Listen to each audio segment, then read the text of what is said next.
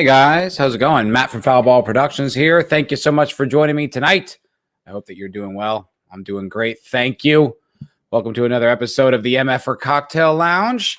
This is my impromptu FNT follow-up show. I mean, it's not really an FNT follow-up show, but this comes after I'm done watching FNT, and most of my fans and people that watch this also watch Friday Night Tights. It seems like it's kind of a version of that. Welcome. Hope that you're doing great. Hail Lord Thoth.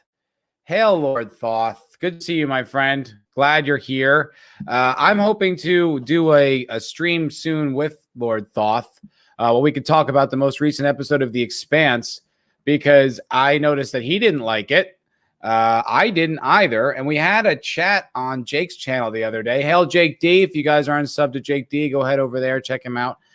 We were talking on Tuesday about the most recent episode of The Expanse, and I didn't like it. I thought it was super intersectional. I thought it had all these kind of feminist representation where it didn't belong. It just felt like the show's tone had changed. Its agenda had changed. The reason I loved it so much had just kind of vanished. And I feel like I was vindicated a little bit tonight on the last few minutes of Friday Night Tights, because a lot of people in the chat in our stream didn't seem to see it my way. Thought I was jumping at ghosts, as it was put. And Gary seemed to share my sentiment, see that he didn't like it. And also, more than that, he pointed out that James S.A. Corey, I can't find the tweet, but I guess they tweeted that, we hope people don't find out how woke and feminist our show is, kind of mocking people that might not want to see that kind of representation or that sort of agenda in their TV. And I just think that, boom, fucking called it. You know what I mean? Not to brag, not to be, boisterous about it, but yeah, man, it's there. I knew it was there. I saw it. And I think we're also, sensitive, and we love our stuff so much that when it shows up like that, it's kind of like you don't want to believe it. You want to believe, no, I like this. It's not there. Or maybe if you didn't catch it, maybe you kind of feel sensitive to someone pointing it out. But I'm telling you, it was there. It was definitely there. And from what Gary was saying about the way the book is written, and how in this entire season, they're going to finish the season halfway through the 5th book, and they're abandoning all these other storylines, and they're dragging out these moments, for reasons known as self-serving agenda. Lord Thoth, I feel the same way you did. FPB? What does FPB mean? I'm not sure what that means, my friend, but yeah, I knew you would. I knew you would, because you're a sharp guy. And I wanted you, to hear come here and talk about it with you, man. I still intend to. I still would like to. I still like to break down all these moments, because it's stuff that I guess it's maybe I have a bigger insight into it, having lived in Hollywood and living around people for a long time and reading so many scripts and stuff like that are outside of just what gets produced. You just see the tone and the tenor of these things that get made. I'm so sensitive to it. I could smell it. And when you have the situation with the belt and Marcos and the new prime minister or whatever, and Delgado and all that, and the argument to go blow up the space station is one that's contentious at best.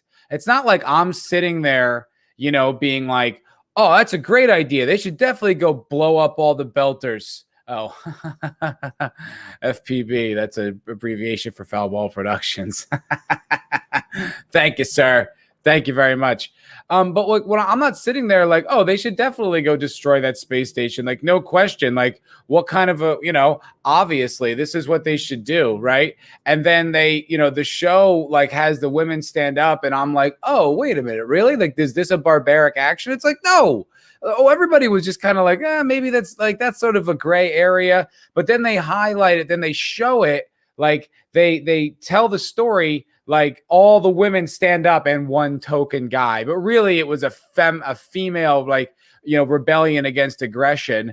And it was You asshole. Yes, I recognize that was an overly aggressive thing. Like, I don't have like this stupid male monkey brain who can't see it. Like, I saw it. Like, members of our chat, of the people that we saw, we didn't need like this feminist like pandering, this condescension that only women are as compassionate enough to understand. Fuck you. Like, I sensed that from that scene. I was like, what is that about? And then in the next scene, they have Peaches. She's like telling Amos, hey, don't kill these people. You got to help the scullery maids and all that. Don't just be selfish, blah, blah, blah. And it's like that. Plus that, it's all this stuff. And then the over focus on Naomi, Holden being completely sidelined in this whole story. You got to do the math on this shit. And it equals intersectional feminism and leftist agenda in our show where it has no place. No place. It's a show that was clearing the bases season after season with really strong representation, really intelligent writing, really humane and empathetic characters, and just a fully well-developed world. And now they're like, what it really needs? What it really needs to put it over that hump is agenda and intersectional feminism. Lord Thoth. They left out the best parts of book 5. I was worried when they killed off Fred Johnson early in the plot. Funny you say that. In our chat the other day on Tuesday on Jake D's channel, Hail Jake D, there was a girl in the chat, this woman Tracy. She said the exact same thing. That was her exact concern. That was the moment when she was like, what's up with that? Like, she could feel it. It was just kind of like, I won't use the example I used on Tuesday because I got lambasted for it, but it's something you can sense it in the air. You can feel the change. You're like, this is off. What is wrong here? Why? That's not right. It's like a disruption, like a tremor in the force. Lord Thoth, halfway through the season, I was excited, but they left out all the cool stuff. Why? Yeah, I hate to say it. I hate to, like make a declarative statement, but I think it just appears to me that their agenda is more important. It seems to be a feminist agenda. It seems to be intersectional feminism is what they want to highlight in this show all of a sudden. Naomi, we're getting so much Naomi. So much Naomi that I don't care about, like overwrought Naomi talking about her feelings and all this stuff that's just like none of it's really story. And then, you had the like last week's episode, which I guess you could say, it was a really good performance from Dominique Tipper. And it's an interesting kind of bottle episode. And I think it worked. But now that you see it in context with these other episodes, it's really dragging, man. And it's really over focusing on one character in a way that's just kind of like, why? It's really frustrating. Jake, the more I think about it, the more I agree with you on it, Matt. Yeah, I know, man. It's a damn shame. It's a damn shame. Oh, Jake D, you have a theory on it? It's Cass Anvar? The only way I could imagine that would be the case is if they did like some really tremendous editing choices and, they had other episodes planned for this season, but instead they like cut around them, and sequences that were supposed to be, 5 minutes of screen time took up 15. What sucks about that? We would never really get an answer if that was the case. If it was about Cass Anvar, there's no way we'd really ever know.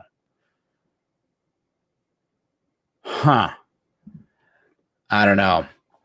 Lord Thoth, now I understand why they canceled this show. I'm highly doubtful over 2 movies. The ratings are already low, are going to crash if this keeps up. Yeah, Gary said that tonight. It's the first time hearing about it. I guess there's supposed to be 2 Expanse follow-up movies.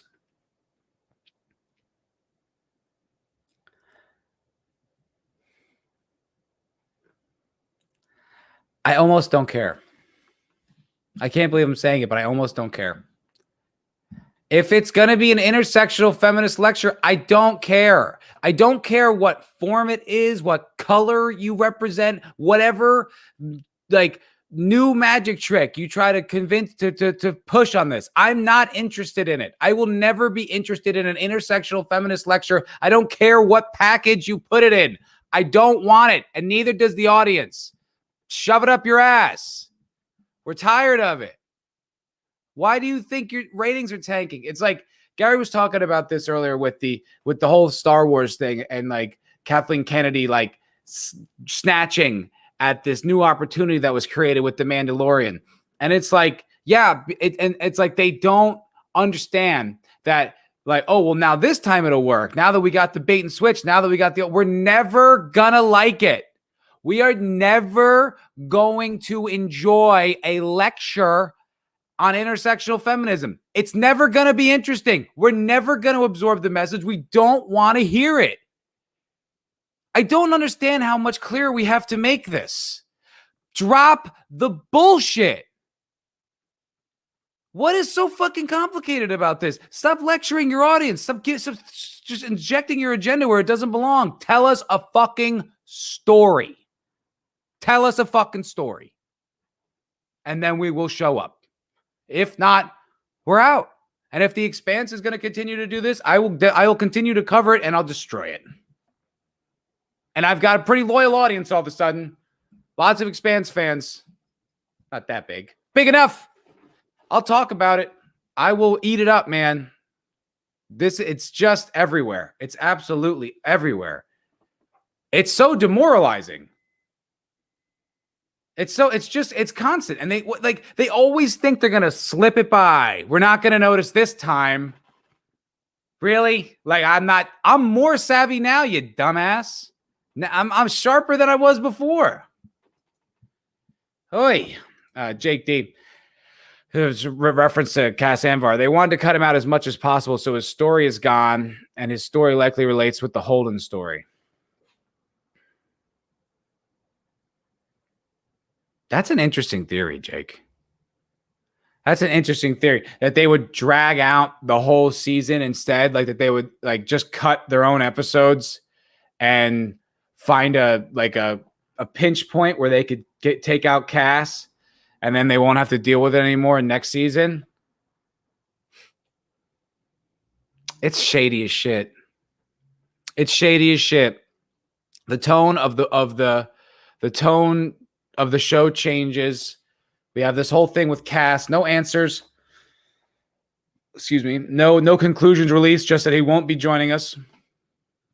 And then I tell you, I kind of saw it a little bit, but I brushed it off as just kind of like a personal agenda. But when they did the New York Comic-Con's like panels, Dominique Tipper, she led the panel, and she made it a very like a point about like talking about like social platforms and stuff like that. You know, that was like something that she kind of finished it up with. And I like rolled my eyes because I knew it was obligatory.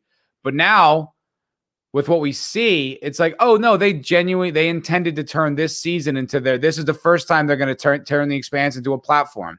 They're going to make it about their agenda. They're going to use it. They use their platform to lecture us. I think that's what it appears to me. And now with that, thinking back on that New York Comic-Con thing, it's like, oh, maybe this was the plan all along. Lord Thoth, it'll be interesting to see when the accusations came in on him, if it interfered with the shooting of the second half. It didn't. Well, actually, no, maybe it did. Who knows? Because we only heard about it after the shooting was completed, but we don't know what was going on in-house. The shooting was completed before season 4 even came out.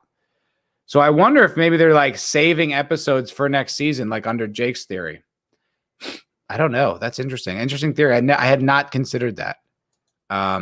Lord Thoth, I had heard the other shoe drop on this episode. Yeah, me too, bud. Me too. 100%. As soon as I saw Avasarala like lead the walkout and everyone else who walked out, save for one person, was a woman, I was like, oh no, this is off. This is off. I felt it. I felt it with like Game of Thrones, and like I felt it like in the first third or whatever quarter of The Force Awakens. I was like, this is wrong. This is off.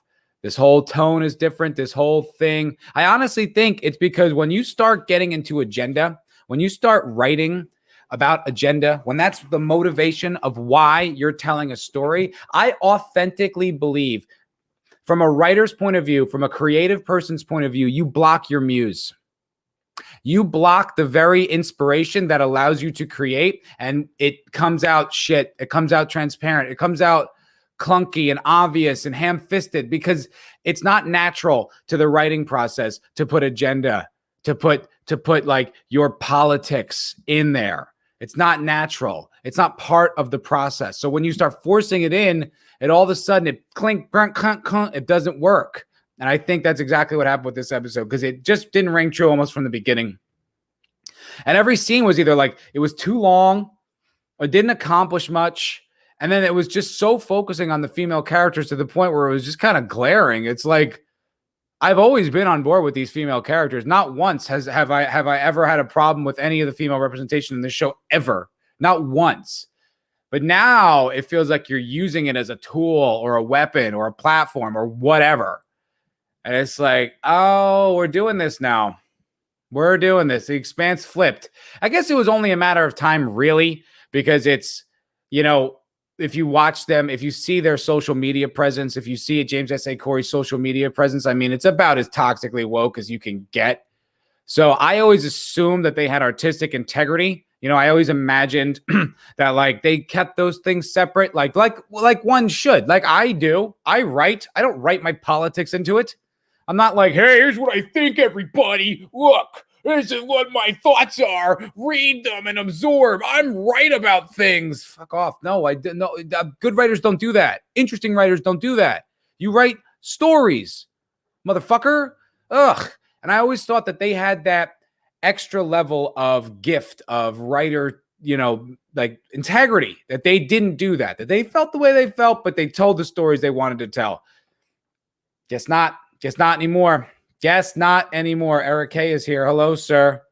Good to see you, Eric K. The great Eric K. The mighty wrench over at Nerd Erotic. Good FNT tonight. That was a lot of fun. Covered a lot of ground. Very efficient story. Very efficient show today. I really enjoyed it.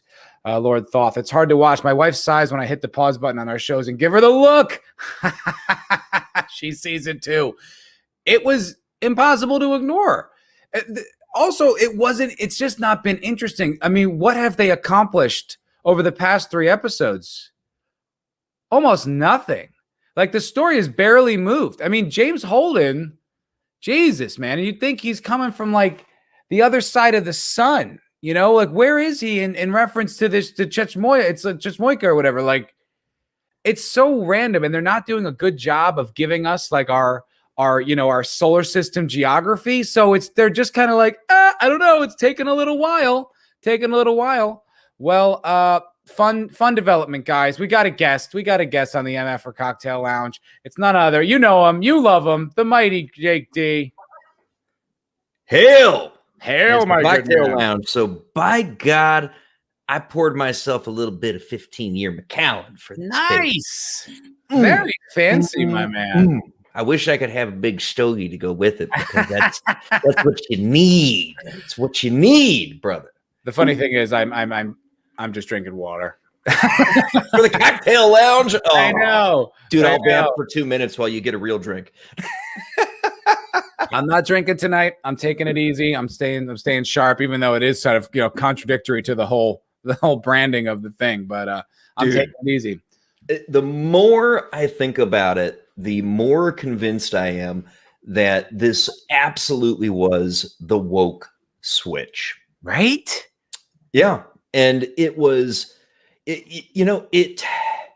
they're putting this together and they're getting this season written and beginning to produce it right when the election started heating up in the early primaries.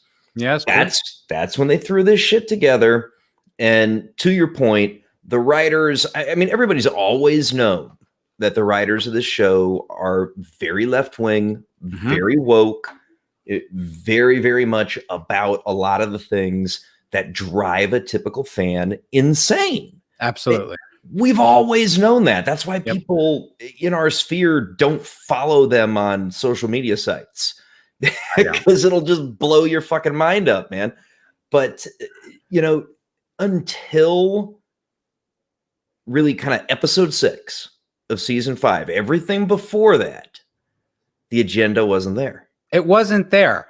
And real quick, let's add additionally, Lord Thoth has joined us. What a treat. Lord Gentlemen, how's it going? Good to see you, my friend. I'm I couldn't resist. This conversation is just so intense, and as soon as Jake D dropped in, I said, "Oh, okay, I'm not going to go to bed. I'm going to have to." Right. It's been a long day already and a long week, but I said, you know what? My friends are chatting about something true to my heart, so I thought I'd drop in. Man, Well, you know what? In that instance, why don't you get it off your chest, my friend, just in case you want to dip out? Well, I think that a lot of what you were saying the other night on Jake D's channel there, it hit close to home. I was watching the episode. I watched it the next day. I know you guys watched it the night before, so unfortunately I didn't join you live. But I watched the episode, and at the end of it, I just sat there and thought about it. And then so I went back and I watched some key scenes again. Because normally I don't watch it a second time right away. I let it sink in a bit. But I said, no, that can't be what I just watched. And that was my first reaction. I went, every single episode, well, pretty much the first 5 episodes. I'll give the 5th episode I had some issues with too. But the first 5 episodes I went, those were some damn fine science fiction television. I said, it's go, and it's hitting the fan, and I liked what Naomi was doing with her character. I liked everything that was going on. Like I liked what was happening on Earth, what was happening on the moon, what was happening with Cass I love what Anvar. was happening on the moon too. Sorry, I didn't mean to interrupt you there, but No, I that's loved good. it. And I think that a lot of those storylines were good because they were little chapters. It was like you're reading a book and there was a chapter and you could go, the episode was mostly on a main chapter with some pieces here and there from the other characters. And it kept you in touch with all of the people that we've been following for 5 seasons. And then episode 6, we got on this storyline where this whole family stuff and leaving your kid behind and tears in hallways and huggy. And then the next minute you're mad at your mom again and you want to kill your ex. And I'm like, I really don't want, this all could be happening in one episode. Yeah. And That is exactly what I. And then episode 7 happened. And it was the same crap, except is she locked in her room this time, or is she allowed to walk out? It's like, and then does she piss somebody off, and then she's locked back in there again, and then you get 8, and you get her. The spacewalk I won't even bother going into. Obviously, the science behind it is really stretched thin to be able to do a spacewalk and survive without your eyes popping and your lungs imploding and everything else happening to your body. With whatever this oxygen shot she took, it wasn't a Superman serum. So, okay, I'll give you that on behalf, because it's very similar. You get that walk. Yeah. Okay. You get a lot of stuff in the novel too. That it's a heroic journey for her, and I get it, a heroic journey. And then this episode was even more. Yeah, like it's great that she can find water because she was in sub-zero temperatures, and there was a little bit of air clinging, and you can get some water off the pipes, and it's interesting. Sure, it's just endless. But how many times you got to go back to the same tunnel and do the same storyline? Like, this could be done in one episode. So what you've done is you burned through 9 episodes now where everything was so great, and you had this big, it was like your heart is pumping and you're following your heroes and you're seeing everything going on, and you're seeing what's happening on Earth and how everything is kind of gone all crazy and stuff. And then I want to see them all get back together and solve the real mysteries of this story. Let's talk about the proto-molecule. Like, there's so many great things in this story. You've got Holden's story, which is on pause, right? And you've got. I think that there's a lot of things that took a back seat here because of the political situation that's going on in the world today. And I think that a lot of things happened in the last 12 months that when they were doing this show and they were shooting this show, that a lot of things got put to the side, and the writer's staff and the writers of the show and the producers said, let's take this in a different direction. And it lost its way. So there were some bad decisions made, and it lost its way. Dude, as you're talking about that, I'm like, you know what? Yeah, there's nothing stopping them from having done reshoots. You know, like they said everything was shot, but it's not like, well, then it can never be touched again. Who knows Hey. if they, who knows if they reshot the whole second season? I got the feeling from a lot, and I mentioned this when we covered episode 7. I was like, why does this feel so small? It just feels like two people in a room talking. It doesn't feel like there's barely any camera movements. The setups are small. It doesn't have like that robust, big life that the Expanse usually has. And I'm like, what is that? Now we're talking about it. Maybe they went back and did some reshoots. Maybe they, could have done that. Easily could have done that, especially if, like, as you guys are saying, they're taking it in like what could be them taking it in a new direction based on the political climate. It's like that is so well within the realm of possibility. And I'm like, starting to feel like, yeah, that's probably what happened. And the other thing is if you think about it, right, the shit that came out about Cass Anvar could have easily been a catalyst for them, right? Oh, okay, you know what? We've stayed away from this shit, but now we got a Me Too situation on our hands. Yep. We got to prove our bona fides, right? And these are crazy wokest people. We know that. We've always known that about them, right? But now they got a Me Too situation on their hands. And so he's a great character too. Like, I agree with you, JT. I think that there's a lot of things that happened there I love your theory, man. I love your theory. Yeah, I really think it's related to, now granted, I haven't read the book, so I don't know how much Alex and Holden's stories tie together from the novel, but if they were linked, it somewhat, is. Yeah, they are. Well, they are. There you go. You're getting rid of Cass, which means you have to get rid of Holden because the two stories are perfectly intertwined. Dude, it's just like Gary says, like, we don't want to have to talk about this, but you got to start drawing, you got to start connecting these dots and finding the threads, because this is what 2021 is. This is what this modern era is. Entertainment and politics are one and the same now. And so when these radical changes happen, it's like, well, now we have to talk about politics. Now we have to get into the agenda. Now we got to talk about the climate of the year and this, that, and the other. I wanted to highlight a comment that Elvis mentioned. Hail, Elvis, by the way. Good to see you, sir. Good to see you. Brigadier General. Episode 9, less Naomi on screen, but everyone is talking about her. Rushing to save her or thinking about it. Michael Burnham of The Expanse. Did you? God, STD made it into The Expanse. I mean, you can't argue. They burned through 9 episodes. That's what gets me here, because this story is a great story. The first 6 books, let's just leave it in that kind of microcosm of science fiction. You've got the other books, like, I haven't read 7, 8, 9, so I can't really comment on it. But I know that these first 6 books, man, is a great story. Now there's there is some stuff that's gonna be happening here real soon, and I think that's what we're kind of treading towards here. We're moving towards that woke SJW lecturing that we're gonna get. That's what I'm scared of. And Gary tonight made a comment and on his live stream, and he said, I haven't made a bad comment. I haven't criticized this show until this point. Yeah. And I sat there and I looked at him and I went, I feel the same way. And I've said some things, right? I think we've all kind of said this could have been done better, but man. Yeah, but this is the first season where I've genuinely had issues with an episode where I was like, that was straight up bad. Like episode 7 was the first one I said that about, and it was met with kind of like resistance from the chat, understandably.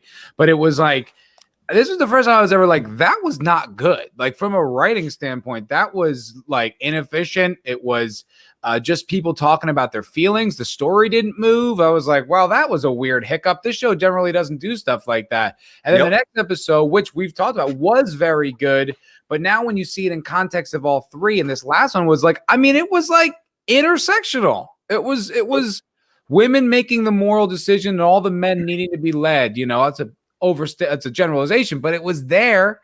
And now it's like you put that in the context of all, it's like, whoa, man, like this is the first time I've ever looked at the show from this angle where I was ever like, wait a minute, maybe this isn't what I thought it was, Dude, to your point about the pushback you got when you had a bit of a reaction to episode 7, that was the first one of our streams, because I always re-upload them as a video later, because you get better traction, more people watch it, right? That was the very first one of our streams about the Expanse that I came pretty close to 50-50 on my like-dislike ratio. Wow.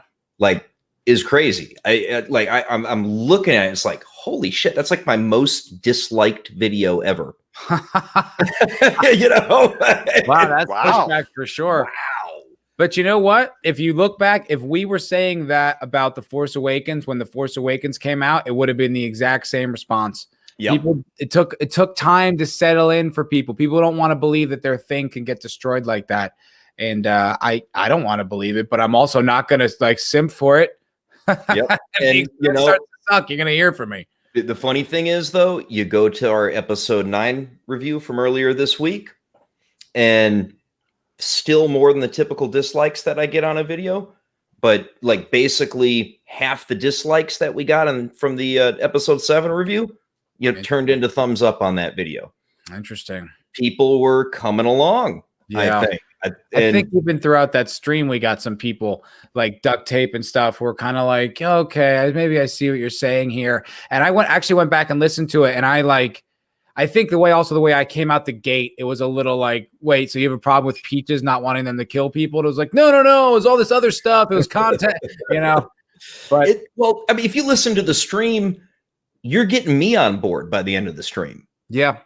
You know, I mean, if you listen to the whole 2 hours, as we're talking through it, it's kind of like it's getting the opportunity to get chewed over in my mind. I'm like, he's got a point. And it was also stuff that wasn't even like agenda driven. You're just like, this isn't good, or this doesn't make sense, or like, what is going on here? Like, why are we?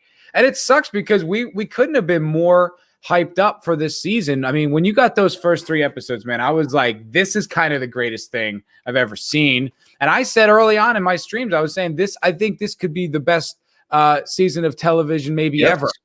I said the same. And wow. I mean, even if it finishes strong, I don't know how that could be. The first half of this season was the best season of television ever aired. It really was good. The second half has been, at best, meh. Yeah. I mean, Naomi did give a great performance in episode 8. Totally. It was an amazing acting performance. But when you take it, like you said earlier, in the context of episodes 7, 8, and 9, those 3 episodes, I swear to God, were supposed to all be episode 7. I think you're right. I mean, even with, Naomi's spacewalk, maybe that ending or whatever, but like the fact that whole episode took up like, a good half hour or more of just her talking about her feelings with Marco, talking about her feelings with her son, talking about her feelings with Sin. It's like all these, it's just like, get the fuck on with it. And then it ends with, the spacewalk, which kind of, I think, should have been a dramatic moment. And we're just kind of like, meh. And then so you have all that. Then you have Naomi just like in pain for 60 straight minutes. And then it's just like, could you stretch this out longer? Let's go. You're taking the punch out of every moment. I don't care about any of it. Like, just now let's get on with it. Also, you set the pace so high and fast in the beginning, and then you just dropped it to a halt in the second half. It's like, eesh. It does bear hallmarks of reshooting in the sense of, so we know from people who've read the novels that there was a fuck lot more going on that we haven't seen. Yep. Okay. And we also know that a fair bit of it involved Alex. Yep. Okay. And the parts that didn't involve Alex sounds like they largely involved strong male characters.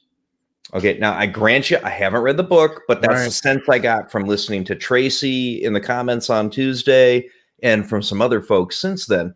So what was cut out, it was your strong male leads, and it was absolutely at the expense in particular of Cass Anvar. Okay, we know that the whole Cass Anvar, whatever the fuck he did, and it was probably legit. Right. Okay. I mean, Heavily we don't know for sure, but but it sure looks like it was legit. Whatever. a lot of accusations for it to not be. Okay.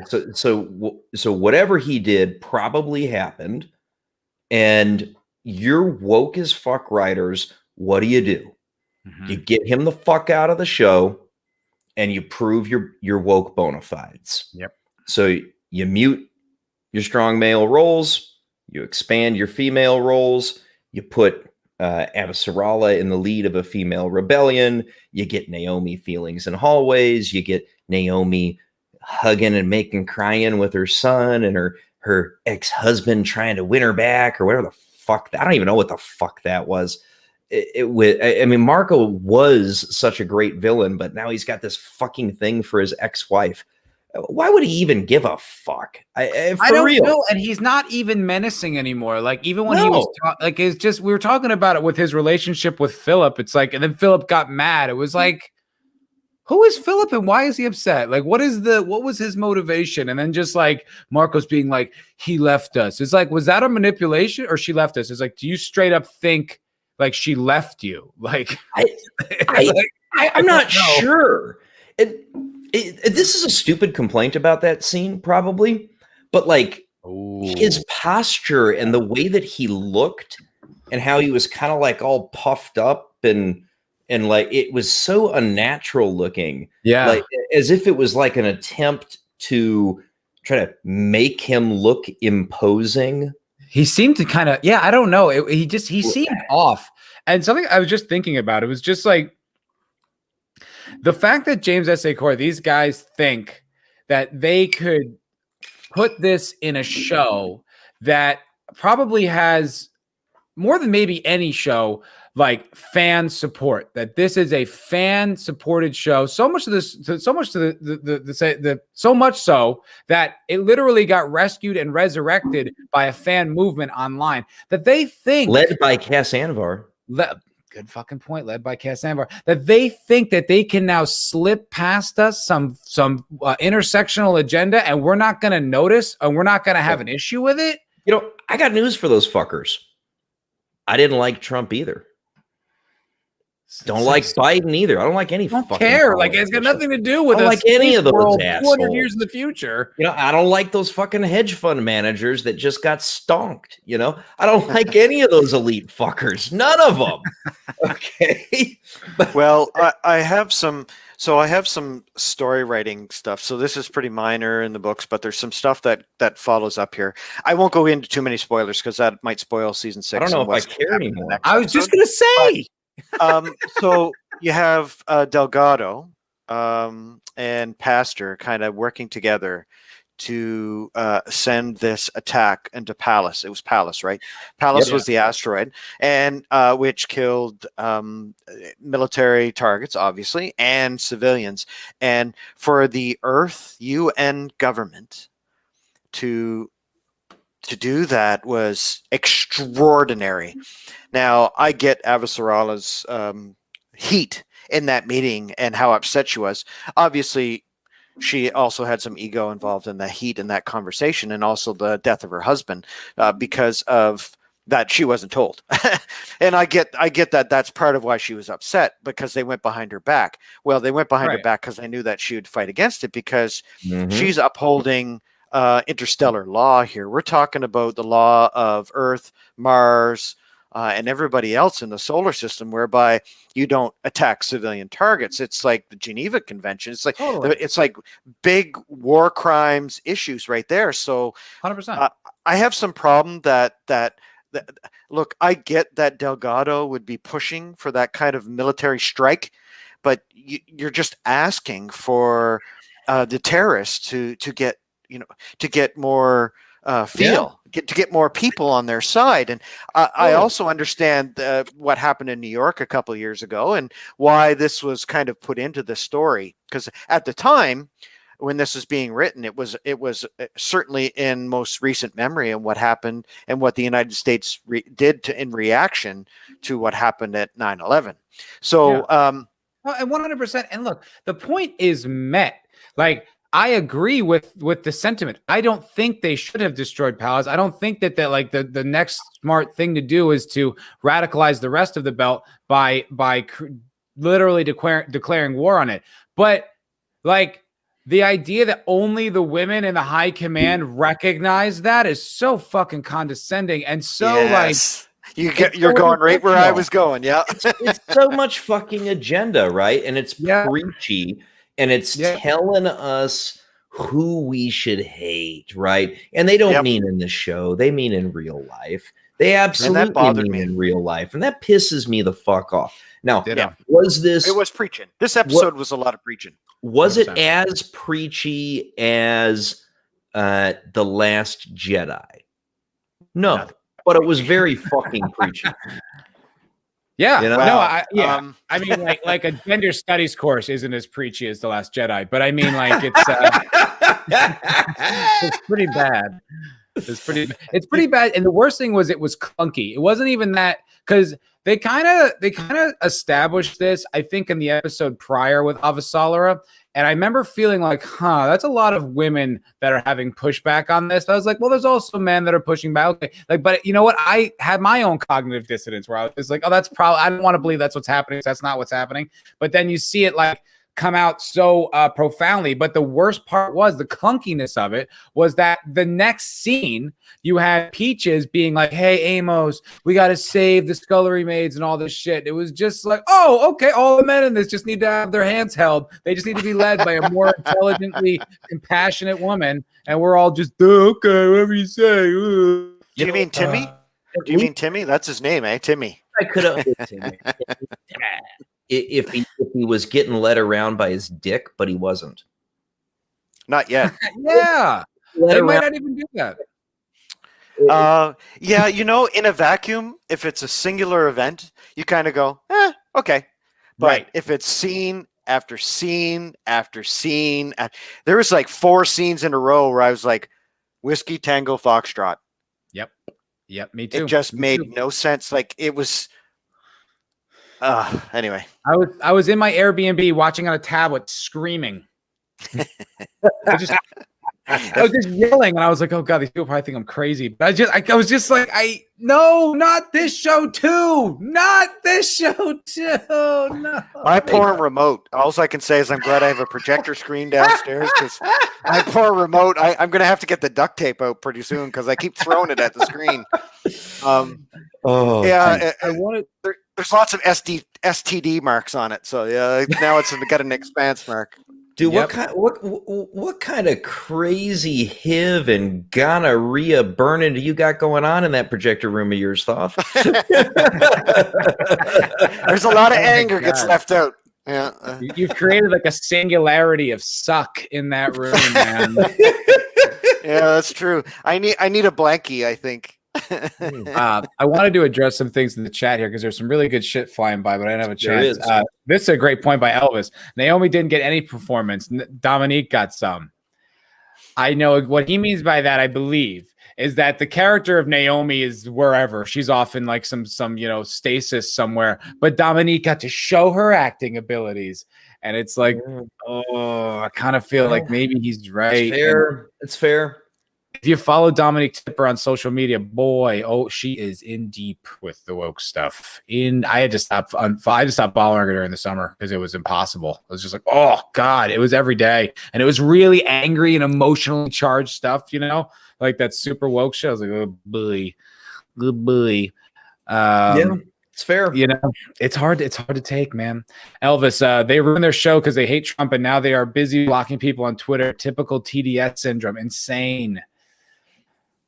Unbeheld there, man. He speaks my language. Military history, tactics and strategy and warfare. I love that stuff. I'm an armchair strategist, so absolutely. All right, well, let's get to that. Unbeheld says, the most egregious thing about all this is that Earth has a history of divide and conquer. The Brits did it during the colonial days. The Russians and the Americans still do it to this day. Support one despot against each other. So Delgado should have known better. It's a military tactic, divide and conquer, and yet a career politician in Avasarala is teaching an admiral the most basic concept. Exactly. That's why I had such a big problem with that whole scene where He's a career admiral. He's obviously, she said he hasn't served on the line in 20 years. Well, most admirals don't. Like, I haven't served on the line in what, 15 years. I've been pretty much flying a desk for a long time now. And I get that. You start to get a little bit, rusty, but you still know your basics of military history, military strategy, tactics in warfare. You got this whole situation could easily been handled with a strike team, take out a military target. You don't have to involve civilians. You don't have to have casualties. You don't have to make this a big political nightmare where people are going to start talking about war crimes. The one thing I'm going to say to that, though, is that if you're a flag officer, okay, and you're carrying those stars on the lapel, regardless of whether it's 1 or whether it's 4, okay, now maybe you're not the best tactical guy anymore, but what you're never going to get rusty on is the strategic view. The big picture, yep. And what she was schooling him about was the strategic view. Yes. What happens when you do this? The one thing that he would have kept sharp. Yep. Yeah. Agreed. 100% agreed. They made him seem like he was this like blunt, like kind of like just sort of like bloodthirsty kind of baboon, because he, first of all, he had the terrible tactics. And then when she told him you haven't been in the field in a while, that's because he said he wanted to go back there because he was hoping he would be the one to kill Marco. It's like, where did that come from? Like, that came out of fucking nowhere. And you talked about it when you had those people leaving the room, right? Wait, sorry, what was that, guy? Go ahead, Jake. I'll let you go first. Well, he got real bloodthirsty really fast. Real fast. They built him up. They built him up as the supporter of Avasarala was that he was, a political admiral. Like, he saw the big picture. He saw her capabilities, and when they got the screen set up so that no more of the rocks would be hitting Earth, I was like, wow, this is a great character. And and then they go, and in one fell swoop, he's all of a sudden this, what you said, is a bloodthirsty admiral. He's a bloodthirsty admiral. Where was that from? That was a complete left turn on his character arc. And it would make sense if maybe like his wife and kids died like in the rock attacks or something like that, and he had like like a character reason to go do it. It's just sort of like, you mean like Christian's husband, right? Which was like, I don't know. It just, everything feels wrong. Like, because even Avasarala, like, you're like, I'm with you, but why do I suddenly feel like I don't like you? Like, I've never felt that way with her, but I'm just kind of like, I suddenly, even though like I'm totally empathetic, it's almost like they're making her like suddenly persecuted or something. It's like, I've never felt that way about Avasarala. I always felt like she was completely in charge. And like, I don't know, like we talked about it on Tuesday, Jake. It was like Avasarala, the idea that she won't deal with Mars whatsoever. It's like she dealt with Mars in earlier seasons. Yeah. And it's like, oh, they're compromised, so we can't deal with it. It's like, you honestly, does anyone believe that Avasarala is like not savvy enough to like manipulate like the intrigue of political discussion? Well, from what we've learned from people who read the books, apparently she actually was fucking dealing with Mars in the books. Yes, right. She's canny. She's very, very smart and cunning, and she's very underhanded, but in a good way. She's a career politician at the highest levels of politics in the whole system. In the name of woke, they actually fucking neutered her. Yeah, they made it less compelling. Yeah. I mean, think about what Thoth just such a great example of a strong female lead. Such a great example. Think about what Thoth just said about her and about how she was doing the political interactions with Mars that they completely cut the fuck out of the season. Okay, that was her being incredible, her being, to Thoth's word, canny, her ingenuity, her just strategic high level 4D chess shit. They got rid of it. Yep. So she could fucking woke stand. Yeah, and what happened to Mars here too, by the way, right? We had the first couple of episodes where you're looking at the highest echelons of Martian political and military structure. You've got admirals teaching at the academy. You've got you've got what's going on with all these weapons. Oh my God, they're given. It was so interesting. Yeah. So what they're doing is they're giving terrorists the most advanced military ships in the system. They're 100%. Giving them to them. So maybe like us giving like what the hell happened with that? That was a lot more interesting than seeing Naomi struggle for air for a whole episode. Like I don't want to like give me 5 minutes of that. Okay, I get it. You're trying to yep, tap tap tap, Morse code, whatever you're doing to try to get communication out there. But give me more Mars stuff. Like I love the Mars stuff. That storyline in the books is awesome, and you just cut out. So you have two of your best characters in this show are sitting on a ship taking 6 episodes to get to Naomi. Like no shit. You've got Frankie out there. You've got like what it just made no sense to me. Like, Elvis nailed it about Avasarala in the comment here, man. Okay. Elvis nailed it. Avasarala doesn't have to be smart anymore because now all she's dealing with is grown men. 100%. 100%. And also, I was saying she seems less savvy now. Like she seems like someone who's just gonna throw a fit if they don't get their way. Like she doesn't seem cunning or sharp or like able to like work the puppeteering behind the scenes. She just seems like someone who's just like, well, it's not gonna go my way. I'm leaving. Magically, starting in episode 6. And we made David Pastor the Secretary General just long enough to create a military situation whereby he becomes a bad guy. Avasarala, a woman, can come in and rescue him. And he was interesting for about 5 seconds. Like it was just like, you're like, oh, this guy's really interesting. Like, who's this guy? Like, he seems like an out of the system kind of politician. And like, oh, maybe him and Avasarala will come up with some interesting strategies. They'll have like, no, he's bad. He wants to kill people. Get him out. Oh, and he's out. Bye. Yeah. No confidence and Christian's back in. Yeah. It was so fast. I was like, what the fuck? Like the political intrigue in the prequel trilogy of Star Wars was more elegant and adult than that scene. I was like, what the fuck? It just happened.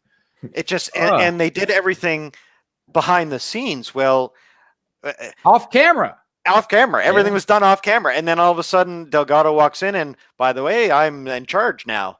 Right. And then I want to get a position on the a ship to go out there and search down these terrorists. I want to kill Marco Inaris, and I'm like, and wow. By the way, hey guys, that was a military coup.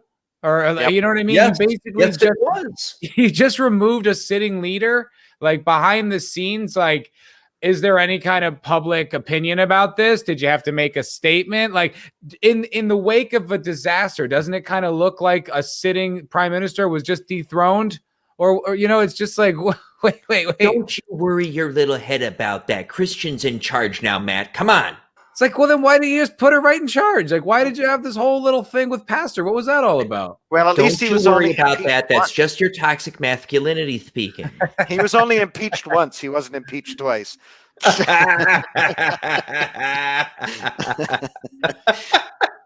Oh gosh. It's funny how wow, we really turned on this pretty quick, because we went from a couple episodes ago going, wow, this is a damn fine show still, 5 seasons in, and it's rocking, going hard, and we're loving it, and then boom, I'm like, what just happened? I felt like I fell off a cliff. Well, you know why? It's if we weren't so sharp and savvy as to what is going on, where it's coming from, and why, we would all be way more patient. But we just were like, oh, it's like A2 Brute. It's like, oh, you're one of them as well. It's like, all right, well then we're done with you. Like, fuck you. Fuck you. If you're gonna play that game, we're not playing along, man. We're not gonna have this. You can't do this to us anymore. You can't keep taking our stuff, like breaking the toys, gluing it back together in a new way and giving it back. Like, isn't this what you like? It's like, no, it isn't. That's not what we like. And we liked it before you fucked with it. And we're not gonna just take this lying down anymore. Look, when I was a kid, I had a buddy whose sister would rip the heads off of his GI Joes, and she'd put little doll and Barbie heads back on them, and she'd give them back to him. Okay, and didn't understand why he didn't want to play with them anymore, and that's what they've done to us with the Expanse. That's exactly what they've done with entertainment. That's what they've done with. And that's why we know it. That's why we know, because they've done it with all of entertainment. It's why they did it with Marvel, they did it with Star Wars, they did it with Doctor Who, they did it with all of it. And every time they do it, they think this time it'll work. Don't piss in my Wheaties and ask me why I don't enjoy eating them. Mm-hmm. Oh, I'm tired of it all. I honestly am. And it's frustrating and it's upsetting for those of us sitting on this side of the fence, I guess, those of us who love these shows. And we grew up with a lot of the science fiction and fantasy stuff out there that, you know, the 70s, 80s, it was a different world, right? I get that. Maybe it wasn't so equal on the equal rights part. And I get that we want everything to be equal. We want everybody to have equal opportunity, but when you're taking the toys away from the people who have them just because you want to preach at them and give them this storyline that you want, instead of it being an equal storytelling and giving everybody equal opportunity to shine. And we've said many times that the characters, the diversity, the characters, the strengths of the characters in the show are what's more important, and we haven't cared what sex they are. Not at all. And if they cared about equality, they would have just kept doing what they were doing. Yes. Because I've never seen it better portrayed. I've never seen it better executed, where it was authentically given like women positions of power and they owned it, and it was because of their ability. And you had just as many like incompetent women, just as many like, you know, it wasn't about forcing an agenda or rewriting the fabric of reality. It was just authentically living up to these ideals that we all pretty much agree on. But now the tone has switched, and now the tone is not about that. Now the tone is about intersectional feminism, its agenda. You could feel it, you could see it coming. It's funny. I think I started this off by saying, like, you know, I think we all kind of knew it could have come. So it's not that surprising that it's came. Yep. But it still sucks. There's one episode left. How do you tell the story you want to tell here? What story do you want to tell? I don't even know what story they want to tell. I don't know. So what? Yeah, exactly. What is the season about? Like, I got it at the beginning. It's about the asteroids. It's about terrorism. It's about killing millions of people. Let's fight back. Let's get back. Let's get out there. Let's figure out what's going on. You had this big tease with the protomolecule. They kill off Fred Johnson. By the way, that is a storyline. Like, I get that. Well, it's not a spoiler anymore. So he dies, but it takes a long time. He just doesn't die right off the bat like he did. So that whole storyline, when I saw that, I went, okay, maybe they're going a different direction. At that point, I wasn't upset. But the whole thing with the protomolecule and this big hint that they really there's been that blue plume that we saw in that picture and stuff. Hey, that may be the case, but they really haven't hit us over the head with what happened with that protomolecule for 4 episodes. Yeah, they hinted at it. And may I say about the Fred Johnson thing, I honestly thought his death was kind of unceremonious. Like, it just kind of happened, and then you saw the scene, everyone's like, ah. It was an afterthought. It was a bam, bam, bam. Oh, it's over. Oh, he's dead. Shit, Fred's dead. And that's it. And it's like, Fred has been a pivotal character since like episode 4 of season 1 or episode 4 or 5. Like, around there. Yep. It's like, to just kind of like, we're done with him now and moving on. It was like, holy shit, man. Like, I feel like that should have had more impact. Or, you know, I think this is something we talked about, Jake, is like, this show feels small. You know, it's like you don't have a sense of the solar system. You know, like if Fred Johnson died, I feel like in season 2 or 3, you know, you would see like on the ground in series, like people, you know, rioting or freaking out, or on Earth, you'd get a sense of like, you know, rejoicing or whatever the response would be. You'd get a tenor, like a feeling of what the solar system was going on. I feel like we exist right now in these tiny little pockets, and they don't feel connected. And I don't feel like I have a bigger impression of what the solar system's going through. Yeah, I mean, Fred Johnson showed up right after the destruction of the Donager, right at the end of the episode. He sends a message to the Tachi, basically saying, I'm your only fucking choice, bitches. Yeah. Right. And Fred immediately is flexing his muscle.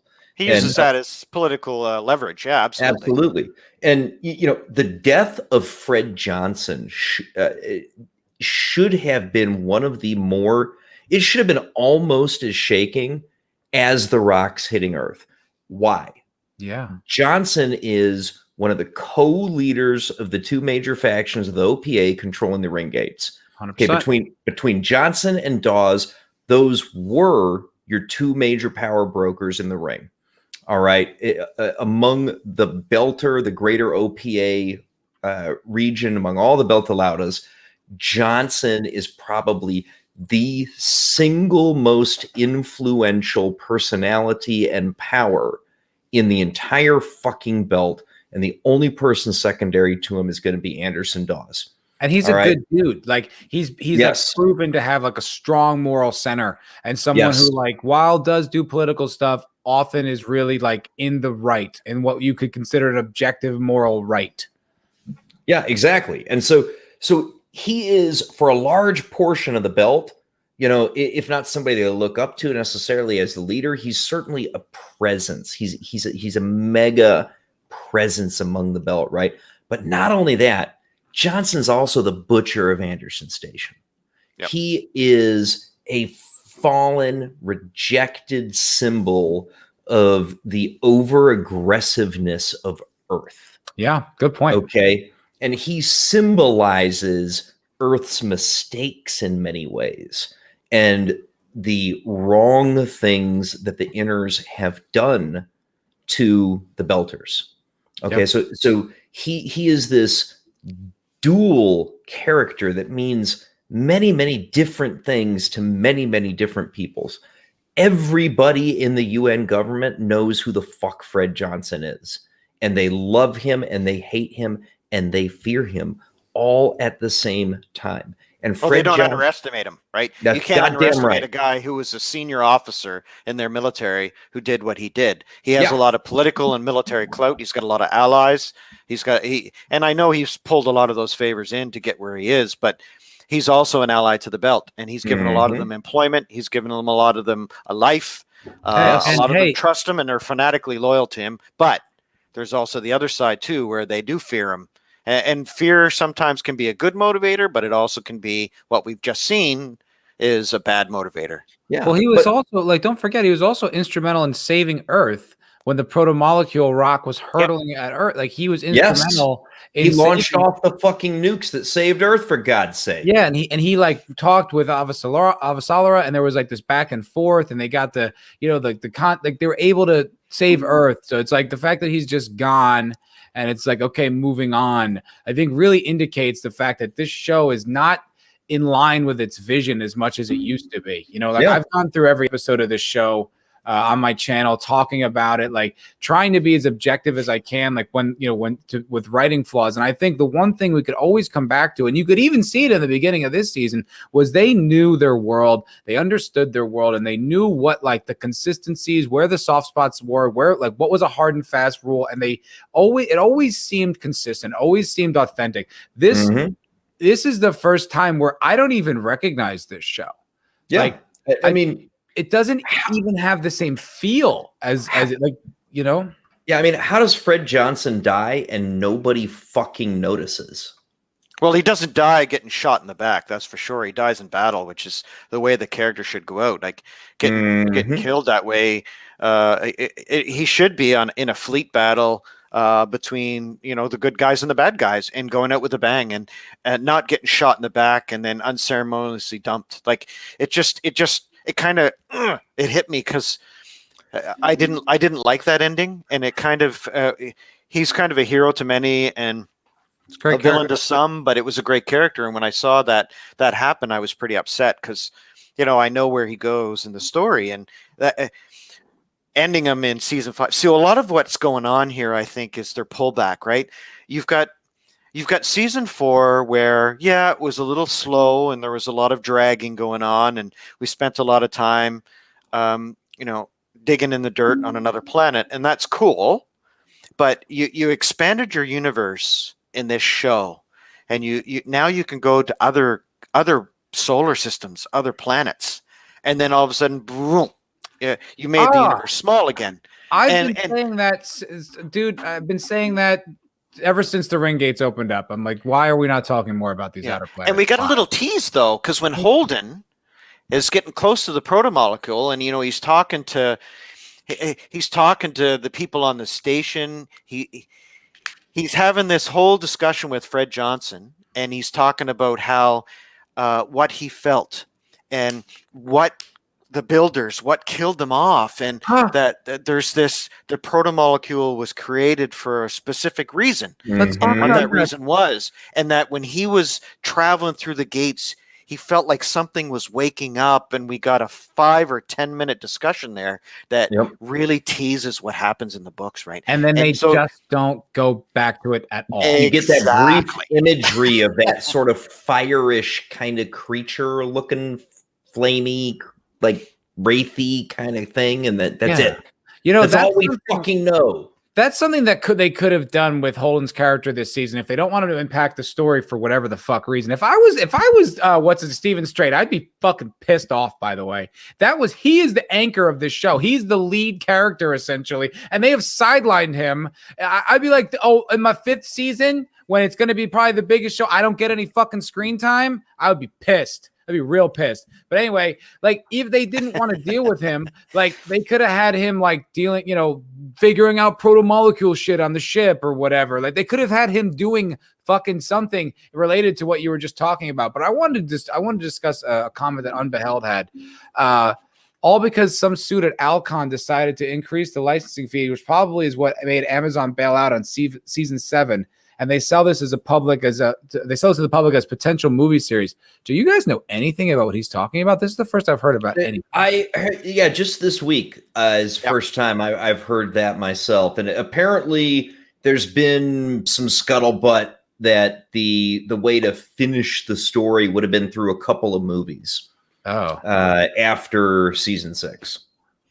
I don't think that's going to happen now. The movie stuff is all rumor based on just a one line, maybe a potential movie series, as Unbeheld said. There's a lot of uncertainty on what exactly happened, but it makes absolutely perfect sense. Unbeheld that I've heard that Alcon was trying to get water from the stone kind of thing. I think the series is successful, but it's not a big hit. Deciding to drop everything at once and then switch into a weekly event is another thing that's kind of been detrimental to them. I think that the story would have been probably better if we watched it all in one sitting as just you go one episode after another, and then are you talking about this season of The Expanse? Yeah, and then because maybe you overlook some of the stuff that's going on, because now we got a whole week to analyze an episode whereby we can go, this was what was wrong, this was what went right. I think there was a lot that went wrong in this episode, and now we've got a whole week to get upset about it. And I think you might be right, dude. But I'll tell you what, like the grinding halt of the story progression, which was flowing like a river. Like honestly, I couldn't believe at the breakneck pace that the first few episodes was moving at. Like so much stuff happened, so much story development. Like boom, a rock's hitting here. Like they're selling a ship, and like boom, bang, boom. Like the story's just exploding forward, and then it's like it has ground to a almost a complete halt. I mean, season 7, it almost didn't move at all. Or sorry, episode 7, it didn't move at all. And then 8 and 9, it's kind of been like, I mean, I guess some things happened, but not a lot. I mean, whatever happened on Earth with Amos, I mean, it's probably inconsequential. It's really just a hurdle for him to get off the planet. Like none of that's going to matter, right? I mean, none of those players. Nothing on Earth matters. Doesn't matter. So it's like, it's just kind of like wasting time. The only fucking point of him being there was, you get 2 basic points. Well, the main purpose is just to give you eyeballs on Earth. Mm-hmm. So you can see what's going on after the rocks hit with a familiar character, right? Yeah. And then, the other sort of minor points gives you a little more backstory on Amos to understand who he is a little bit more. So you fit those 2 things together pretty nicely, right? So that's the whole purpose of Amos on Earth. No, it doesn't affect the greater fucking story. There's nothing about him hooking up with Eric and Peaches that's going to be significant for the galaxy at large, or for the system at large. Completely inconsequential, for fuck's sake. Right. And even if it is, it's setting it's only would be groundwork that they're setting that'll pay off later. But they've spent how many hours on Amos getting off of Earth? And it's like, and then they skipped it for an entire episode. It's just like, so this is the whole of Amos's journey, is just getting off of Earth. Yeah, I mean, like, that could have all happened in the background. We didn't see any of it. I mean, you get roughly 15, 20%, maybe a little bit more than that, of an episode of the escape from the prison. And like, you could have, it was a fun scene, right? Yeah. But let's go back to the thought of they needed to stretch the season out. Right. Because they cut out Cass Anvar. All right. Which was probably, it's an understandable choice. Let's not pretend otherwise, right? I mean, given what we fucking heard about the dude, okay, you got to figure something the fuck out. But what you did there, though, you cut Cass Anvar out, but not just him. You cut out Frankie too, right? Yep, Frankie, and that was a huge blow. Which makes no sense, because if their agenda is like intersectional feminism and strong female characters, well, there isn't a fucking stronger one in the whole solar system than Bobby. But Unbeheld, he says the whole point of that arc. Is to get Peaches on the Rossi. They spent 4 episodes just to make that happen. The same way they spent 4 episodes to build up the vacuum scene for Naomi. Just terrible. I couldn't agree more, dude. Yeah. You don't need to do 4 episodes to do that, right? Okay, we know that fucking Amos is on Earth. He's there when the goddamn rocks hit. He happens to be visiting Peaches for reasons that weren't well explained on the show, but apparently were well explained in the book. But so he can pop and say hey to Eric. He can pop and visit Peaches. You can have a scene of him emerging from the destroyed prison with Peaches, and you could do like a super fast, like 20-second montage flashback of them crawling their way out of the fucking collapsed prison, and you've still got the effect, and you've got the goal that you need to take care of. I mean, it took. So, could you believe, like, when you think back on this, right? Like, it was interesting. Like, the prison's destroyed, and they need to get off the planet, right?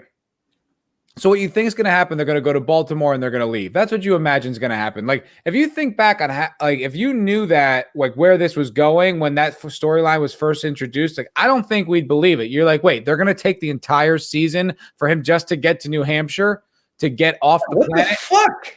Like, are you serious? Like, they did like one whole fucking season. They're just walking around the woods. Okay. They should have blasted off in that fucking ship in episode 4. Yeah, it should have literally taken 1, maybe 2 episodes for them to have like gotten off the planet. The fact that it's taken the entire season is just ridiculous, and it's just wasted time. It accomplishes nothing. It's not interesting. It's not part of the bigger story. It's really just a side quest. It's almost like The Mandalorian. It's like this is just a hurdle in this guy's way, but it doesn't impact the story. It's just something he has to do. It's a side quest. Yeah, and then Naomi's run to Marco and the Inaros faction, right? So she, apparently rediscovered the joys of motherhood at the age of 40 or whatever the fuck she is.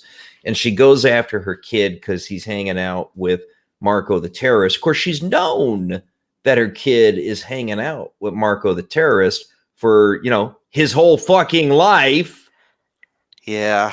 And she suddenly has an attack of conscience to go see her kid, which honestly doesn't make a lot of fucking sense other than truly to give you eyeballs on Marcos. Okay. But just, okay. She goes to try to get her kid, and, Philip is not unsurprisingly in thrall of his father. Okay. His mom, whether the reasons were appropriate or not, has not been a part of his life. Okay, well, that's hero worship, right? That's that. Yeah. I can understand that relationship. Yes, I can too. I don't have that kind of a relationship with my father, but I can don't understand. think most people do. I can understand it because it's kind of the opposite of my relationship. So when Philip is looking up to his dad, he sees this fanatical, charismatic leader who's taken charge of a faction to help his people, the all belters. And so when you have fanatics it's kind of like a jihad, right? It's a holy war for them. So he's looking up to him, and I get his mother coming in there, and that whole dynamic being thrown to the wolves. But it just he's a smart kid. They've shown that, right? He's an engineer. He's pretty quick on the uptake and stuff. He makes some mistakes, but have they shown us that he's an engineer? Yeah. So it just that whole relationship. They've shown us.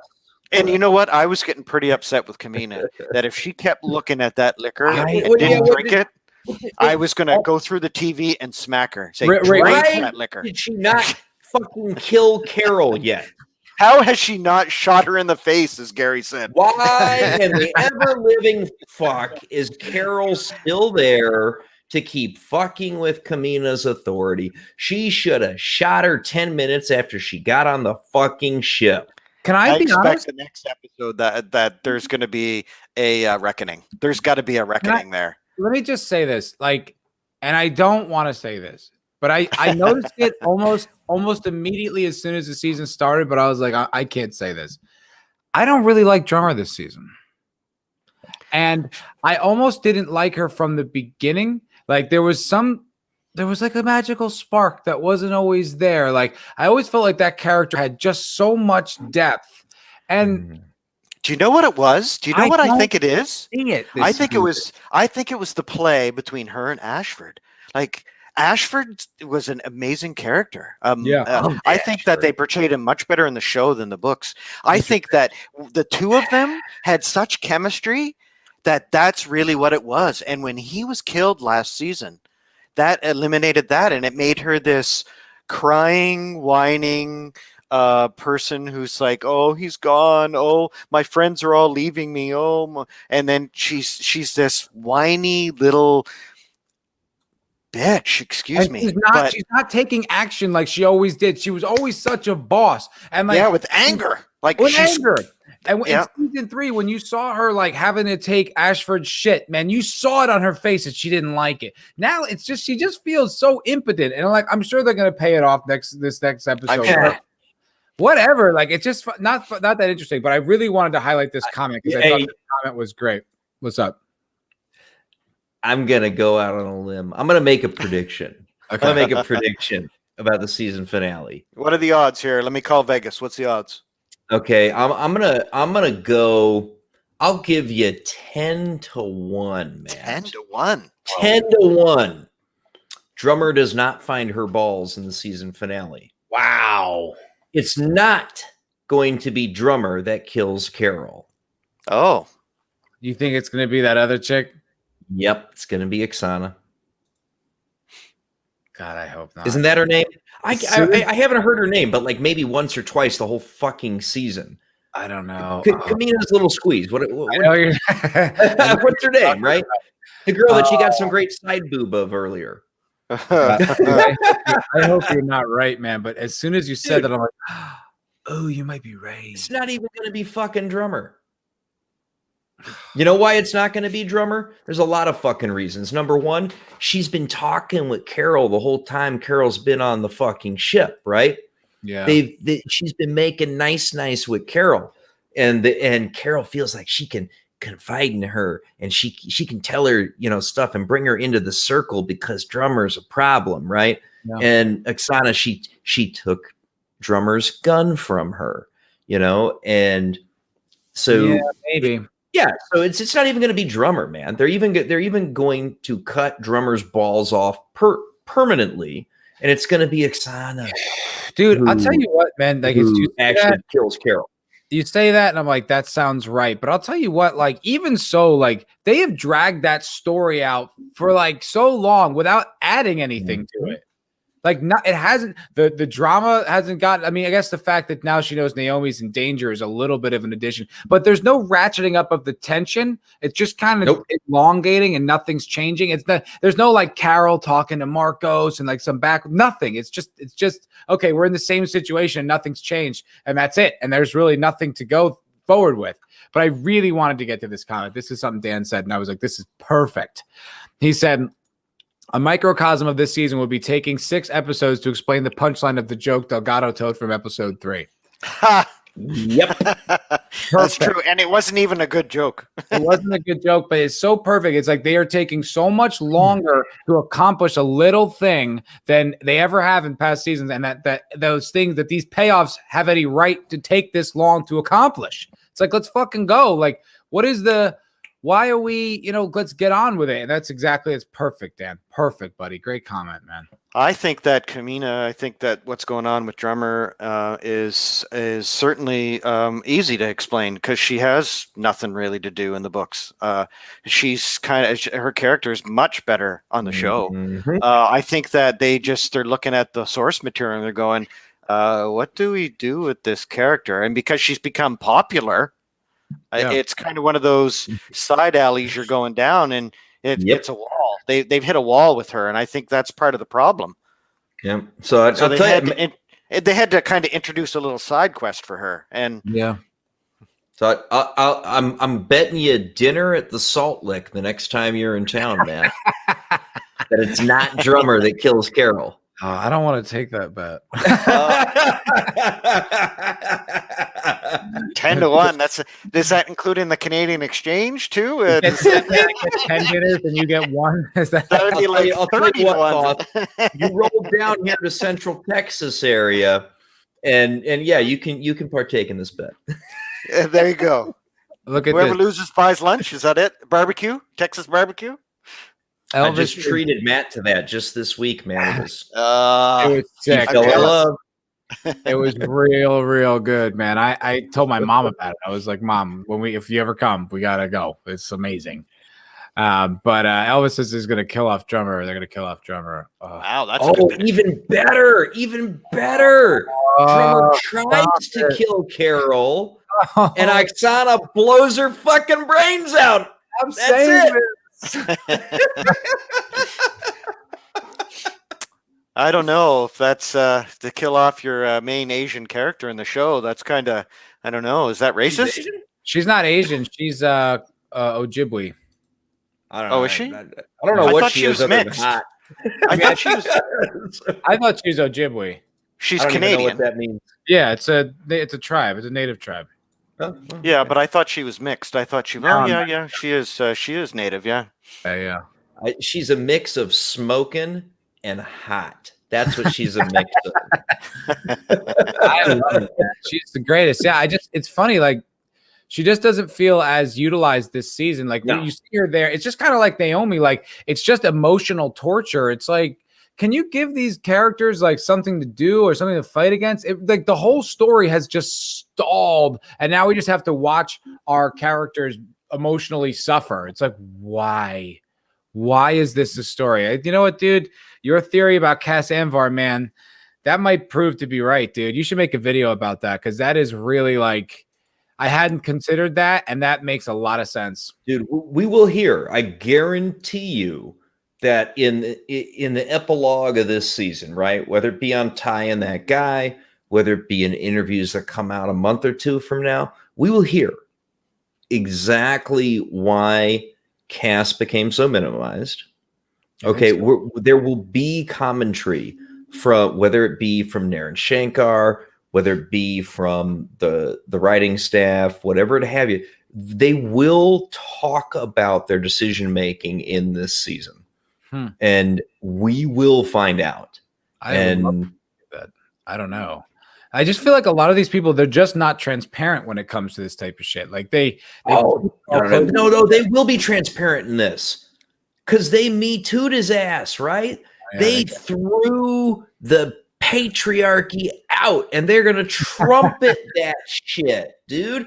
This is what they march up and down fucking Wall Street and pussy hats about. This is exactly what they yell about. Well, no. Wait, let's not forget to. I'm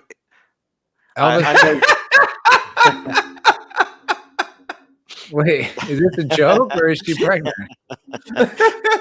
It is kind of funny. Maybe that's why they're going to kill her off, because she's pregnant. I think that, let's not forget that Alex, Cass Anvar, Alex is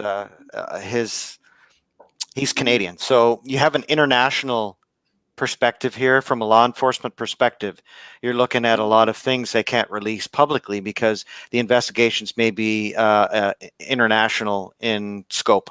So this could be U.S., this could be Canadian, this could be whatever, right? So I don't think it was a criminal investigation. I think it was just. I would be surprised that if there is any kind of sexual impropriety that's going on, that there's probably an investigation, and that's probably why it hasn't come out to the public yet. There might be more going on. Now, if it's a minor thing where it's just a complaint of harassment or something, it might be nothing, but then why fire the guy? It's got to be a serious complaint. Yeah, but nowadays that's bad enough. I mean, like that's all No, it takes. I think there's for them to do what they've done, I would be shocked if it wasn't at least semi-serious complaints here. Have we heard anything publicly from Kaz Anvar since the accusations came out? Nope. Nothing. Not a word. And I've been paying close attention, but yeah. Have you? Okay, yeah. I mean, there's not even like updated news about it. Like it's like it's Nothing. Stories from. Yeah, I guess someone's like speculating about like who will replace him and so on and so forth. But no, nothing. Bull. We already know who's replacing him. It's Bull. Yeah, I think you're right. Oh well. Oh man. So yeah, I'm disappointed in the episode. I gave it a 6. There was some good stuff in the episode. Yeah, that's really generous. There was some good stuff in the episode still. Anytime Timmy is in an episode, I'm good. Yeah, he hasn't disappointed. No, anyone named Timmy is okay by me.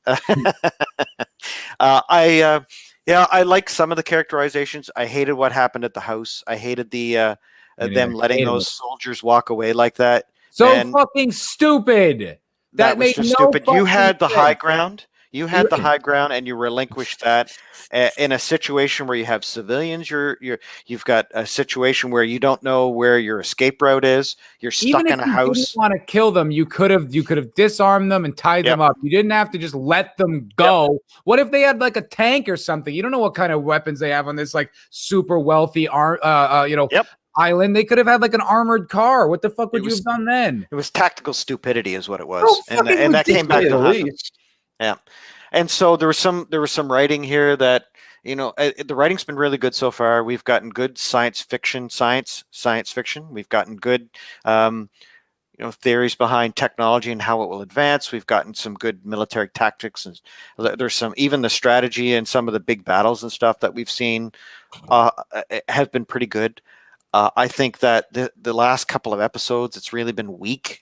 I don't know if the writing staff, they need a military advisor on that writing staff, I think. But yeah, there was a lot of weakness. Now, most of the episodes I give are, 9s have been for the last couple of seasons. There's been some 8s, 1 or 2 7s, 7.5s, but I've never given a 6 to the show before. And I could have probably gone lower. I think that's pretty generous, to be honest. Like I said, I could have gone lower probably because I think I let my love for the show and love for the source material really kind of cloud my judgment a bit. Yeah.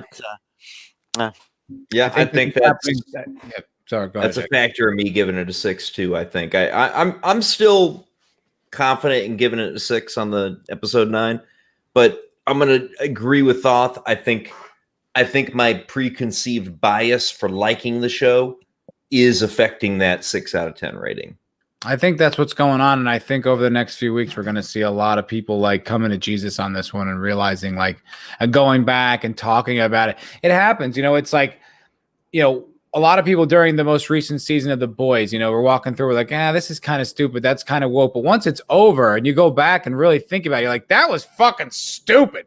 You know what I mean? Like you really have like a clearer idea of I think like once this is all done and we have time to reflect on it, I really think you're going to see a lot of people being like, oh, wow, that last season of The Expanse was bad. It was woke, went a different direction. Cause it's like, even if you, like I said, even if it I'm completely convinced the intersectionality is there, but even if it isn't, it's still not an interesting second half of a season of television. Like it's taking no goddamn long to get anywhere, and nothing's happening, and it feels small. It's just not a good example of what makes this show great. So intersectionality aside, it's still a shitty, it's still really poorly written second half.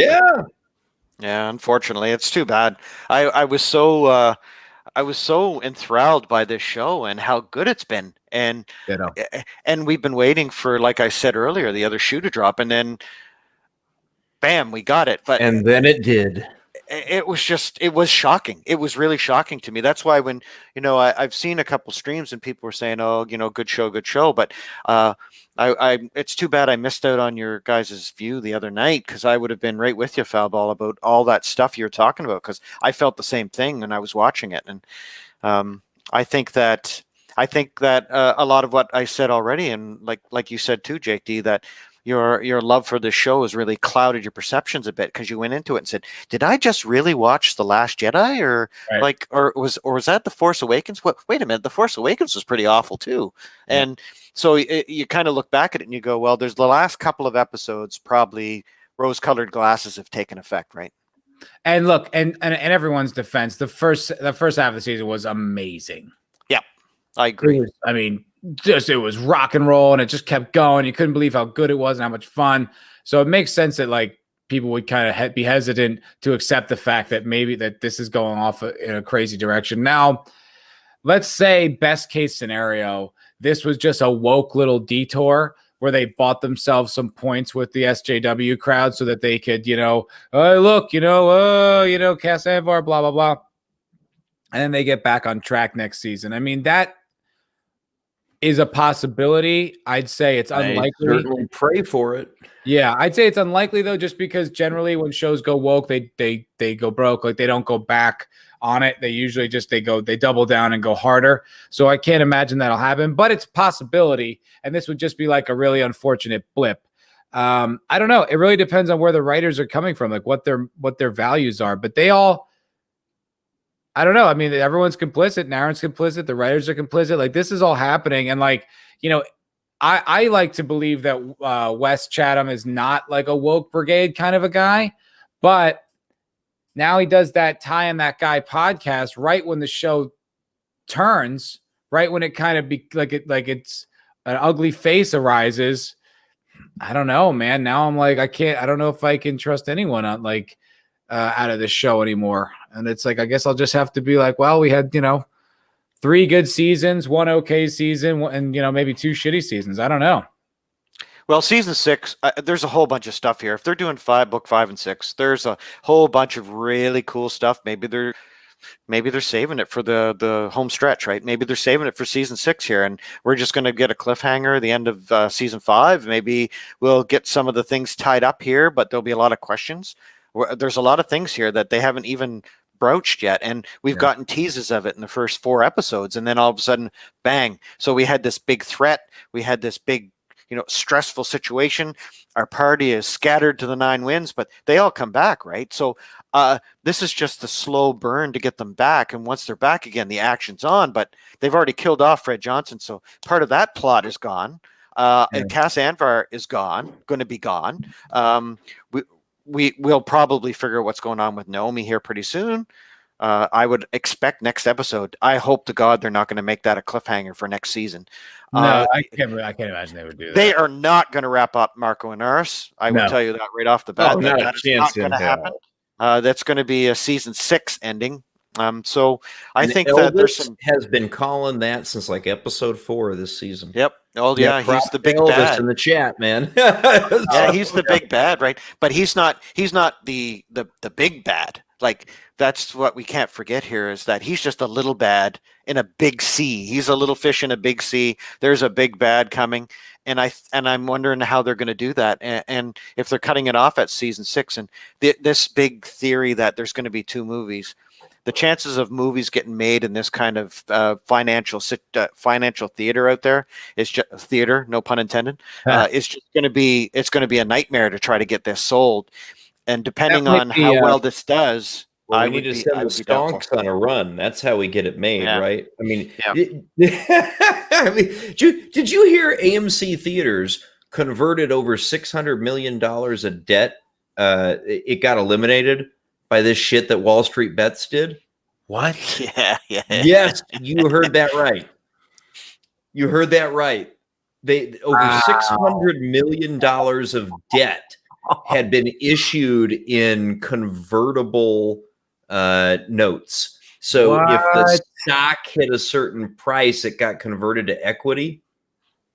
$600 million of debt is gone because of these crazy fuckers on Wall Street bets, right?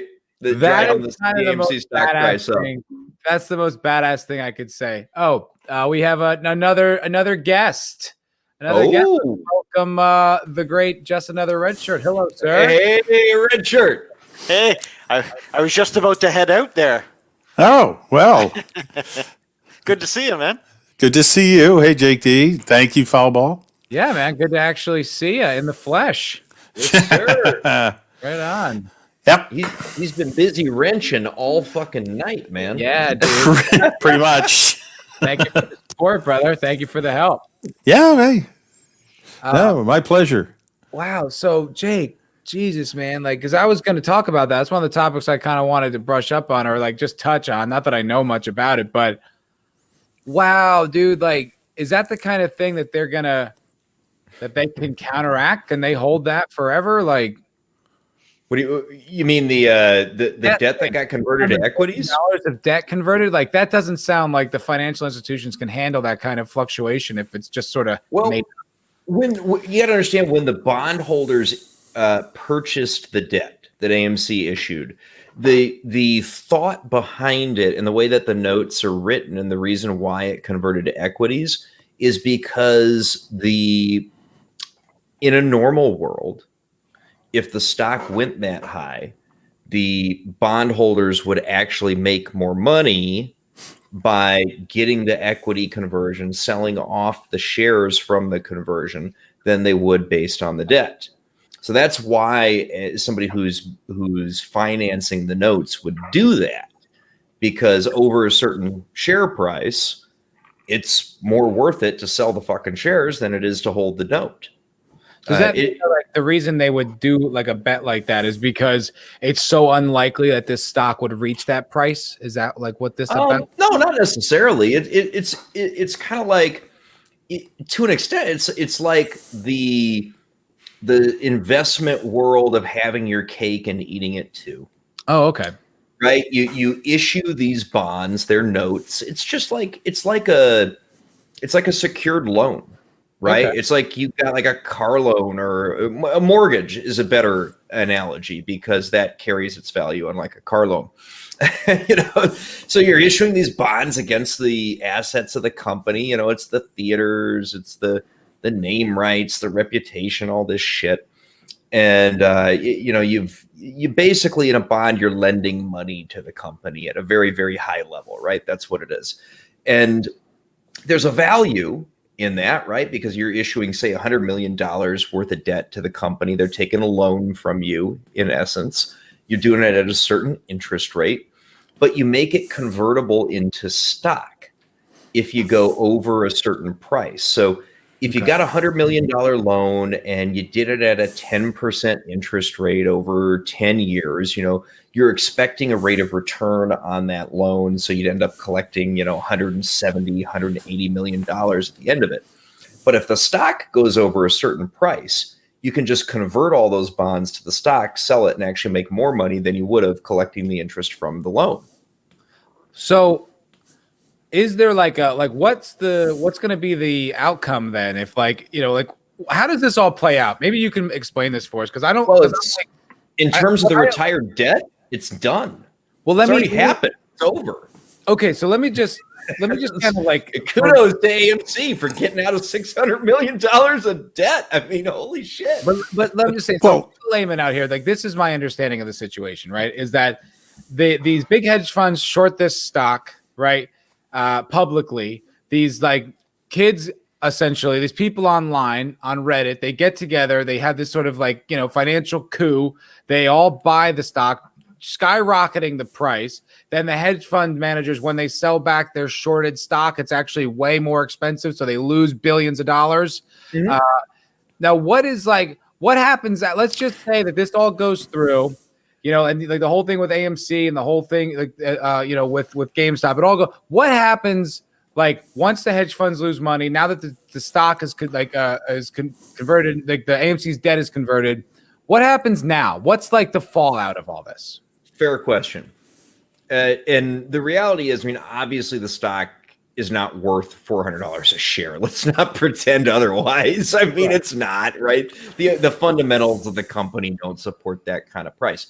But all this is this is an investment strategy that's usually employed by other hedge funds. Okay. It's called a short squeeze.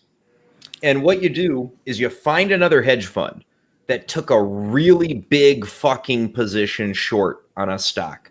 Okay, in this case, like something in the neighborhood of 150% of the total existing shares. That's the key. That's the key. Were shorted. So, by the way, Jake, to just make this one thing. If one hedge fund had done that, that's called a naked short, and it is really, really illegal. It's fucking stupid. Well, it's stupid. Well, yes, it is, but it's also you have to do due diligence to prove that the shares you're shorting exist. Yes. Otherwise, it's illegal. It's a naked short. You are just promising something you can't deliver because you'll never be able to come up with those shares. Yeah. You're betting the company will go bankrupt before the call comes. Yeah, and there'll be no value, so you can say, well, hey, you can get whatever you want. Yeah. So they were trying, it looks like the hedge funds were trying to kill GameStop. Yeah. And so they had a lot of shares. Now, go ahead, JD. Now that they are so overextended, they don't even know how they're going to find all the shares, never mind the price. Yeah. Now. So, I mean, at a high level, a short is basically like, I call up my buddy over at Red Shirt Hedge Fund, and I say, yo, Red Shirt, let me borrow your shares of GameStop, okay? And I will pay you 10% interest on those things, but just let me borrow them for a month. And because Red Shirt knows me, Red Shirt says, yeah, sure, Jake, fucking borrow my shares, it's all good. So the price on the stock when I borrow them from Red Shirt is $10. So I sell the shares that Red Shirt lent me, but those weren't my shares to sell. They were Red Shirt's shares. I still owe Red Shirt those shares. I got to give them back to him in a month, and that's the important thing: the timeline. The timeline is what's important about these arrangements. So all these shorts and puts, a put is just an option version of a short hold. It gets kind of complicated, but it's the same fucking thing, right? You're betting on the stock to go down. Okay. And if you have made so many bets that it actually exceeds the total number of outstanding shares, it's super easy to get put into what's called a short squeeze. Now, typically, the entity executing a short squeeze is going to be my good buddy, Red Shirt Hedge Fund. And, Red Shirt Hedge Fund is going to be watching me because you have to publicly disclose the amount of shorted shares in a publicly traded stock. So Red Shirt's going to notice that I borrowed a bunch of GameStop shares from him. And he's going to notice that there's only 100 million outstanding shares of GameStop stock. But he's also going to notice that there are 150 million short positions on GameStop stock. And he's going to look at that and he's going to say, I think there's a chance I can make some money. And so Red Shirt's going to start buying all the GameStop stock that he can. He'll go long. He'll buy call options. He will do everything he can to put pressure on the stock to go upwards. And it's really easy to fucking do because it's like $2 a share. And isn't so that's what all the Reddit kids did. Yes. Okay. That's what's different about this short squeeze. Usually it's Red Shirt Hedge Fund who's got a fuckload of money and he goes long on the stock. And the problem is, like me over at Jake D's Short House, we have to give Red Shirt his shares back tomorrow. Right. Okay, So, hold on one second. I don't own them. I have to buy them from somebody in order to give them back to him. But Red Shirt, because he's fucking smart, he owns all the shares. So I have to buy the shares from Red Shirt to give them back to him. And by him sitting on them, he can set the price. Okay, wait. So he makes money coming and going. That's what Wall Street Bets did to Melvin Capital. Okay, hold on just 1 second. Before we go any further, I need to... They DP'd him is what they did. Just hold on 1 second. We have to welcome another member of this glorious community.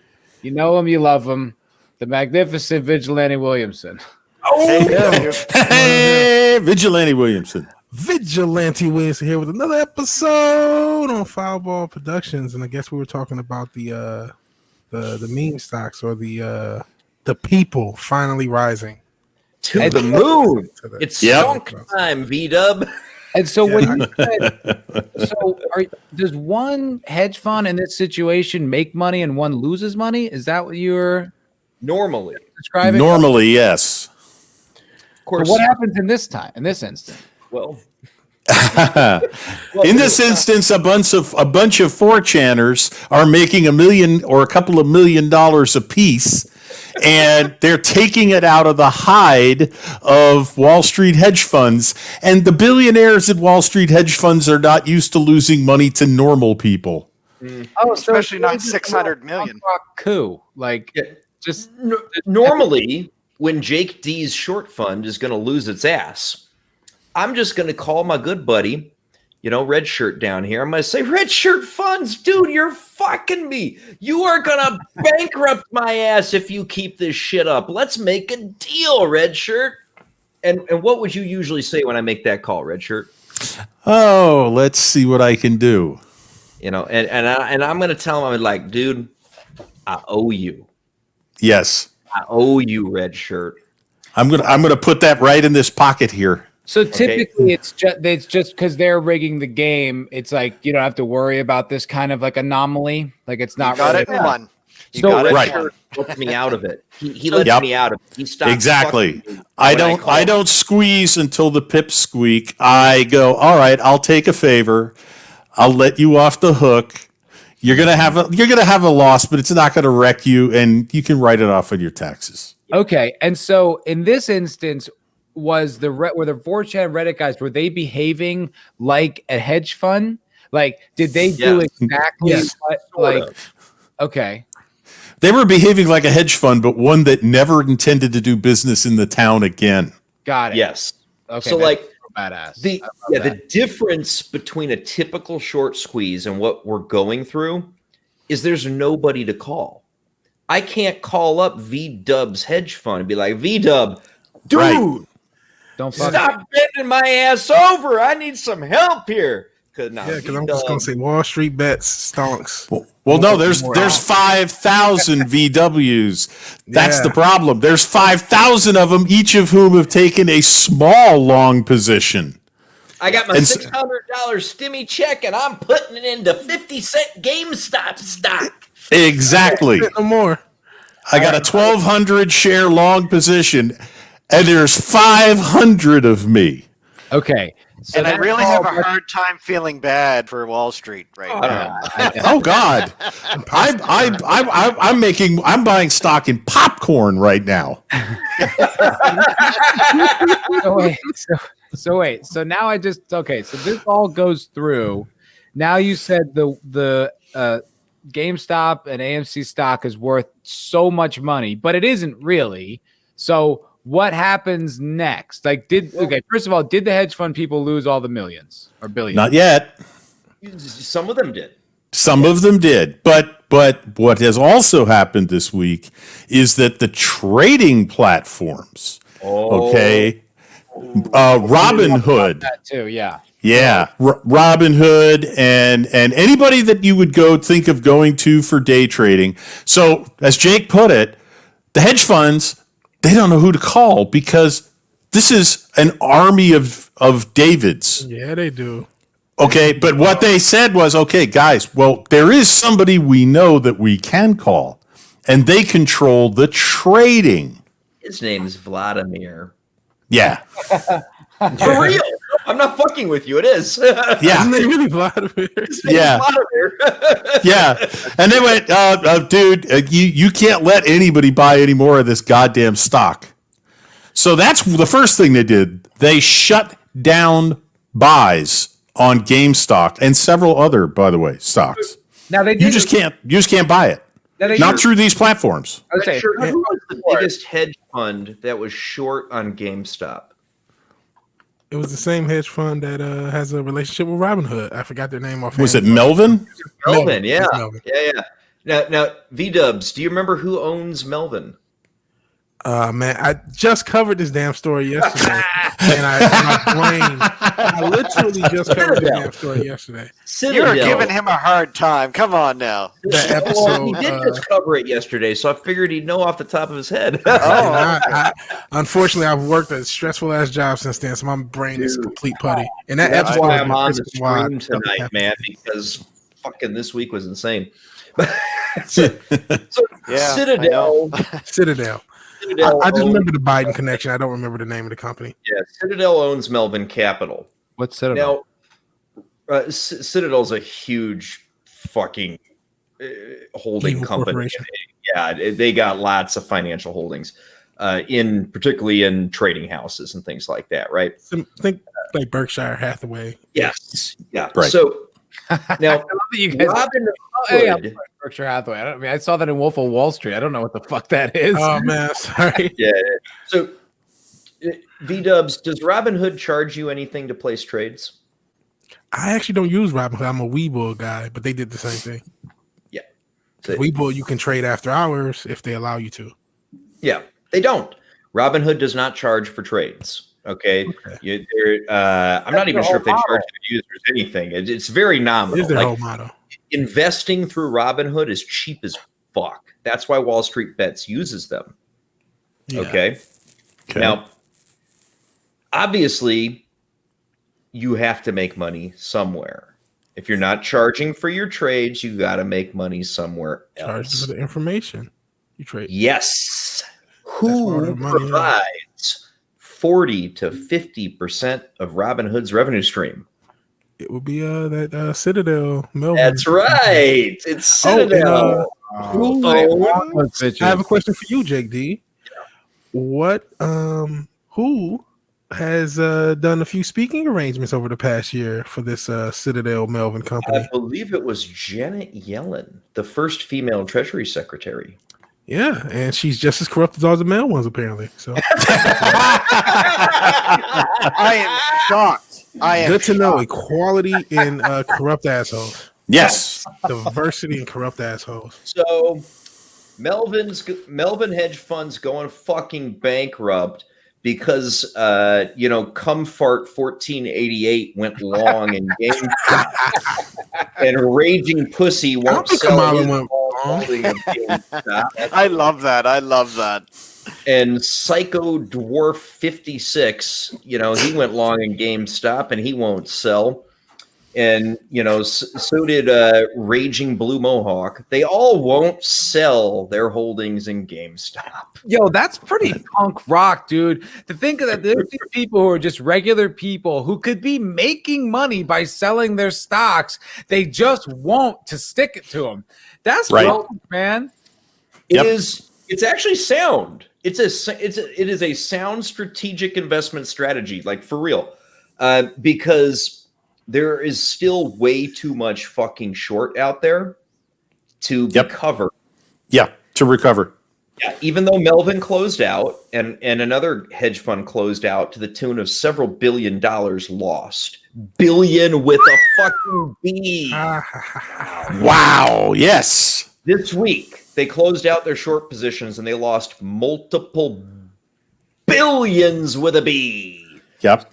But there's still too much short out there, okay? Because these things, they've got cascading dates. Yes. That's why you can go short more than 100% of a company's stock. Oh, I see. Because they have cascading dates. Right. So the short position is still fucking huge. So if you're Cumfart 1488 and you're sitting on 1,000 shares of GME, you can still go long. You can sit long and you can sit pretty for another 2, 3, 4, 5 weeks because there's still so much short out there that these fuckers have got to buy the stock. So wait, so when there's billions of losses, who gets the billions? Like, where does that go? That goes to 4chan folks. That's what they're going to earn. It's going to whomever that, as Jake said, it's going to whomever they borrowed the GameStop from when they shorted it. So whoever sourced their short, they've got to get them shares back, or they've got to get them. If there aren't shares to be bought, they're going to have to pay through the nose with a cash equivalent. I would think. Probably going to be millionaires coming out of this. Like, people yes. Well, right now, on paper, there are a bunch of millionaires in the 4chan GameStop stock owners. What? Oh yeah, no, there are people who bought in. Was Jake said they bought in when it was 50 cents or $1. They put $600 in. It's $300 a share now. Man. And now higher. Fine. My point is, what's the difference? 300 times your 1,200 shares. That's crazy. And that's a conservative guess as to how much these positions might be. I'm not sure if you guys know Wall Street's bets reputation before this, but like those guys will spend a lot of money just for clout. Like it's like a game to some of those people on that board. Like they'll go. It is. Like, even if you know nothing about stock, what they'll do sometimes is like do crazy, because it's called Wall Street bets. So they'll like short a stock. They'll like short like Tesla, even though like Tesla's flying off the charts. But they'll do it just like as a troll. But they'll spend like $10,000 doing it just to see what happens. And so I'm like, some of these people have put in like 100K plus or something like that into some of these investments. And I want to bring up a couple other points, and this is something else to understand on why this is, to me, I don't know if a good thing, but to quote this joker I have, you get what you fucking deserve. These hedge funds, I'm not sure if you know about silver, because they were trying to do the same thing with silver, but silver has been so manipulated over the years, and I've been following it over the past year.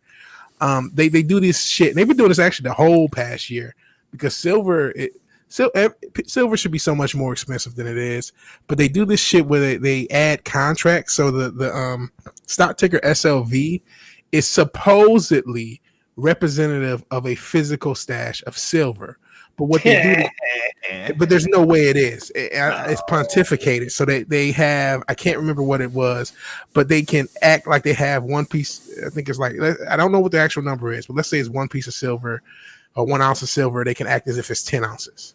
So, and I don't know what it is. I think it's more times than 10, but like, so that's how they get around it. So they just added, because people try to do the same thing with silver, because anyone who knows that, there's only so much silver that similar thing can happen.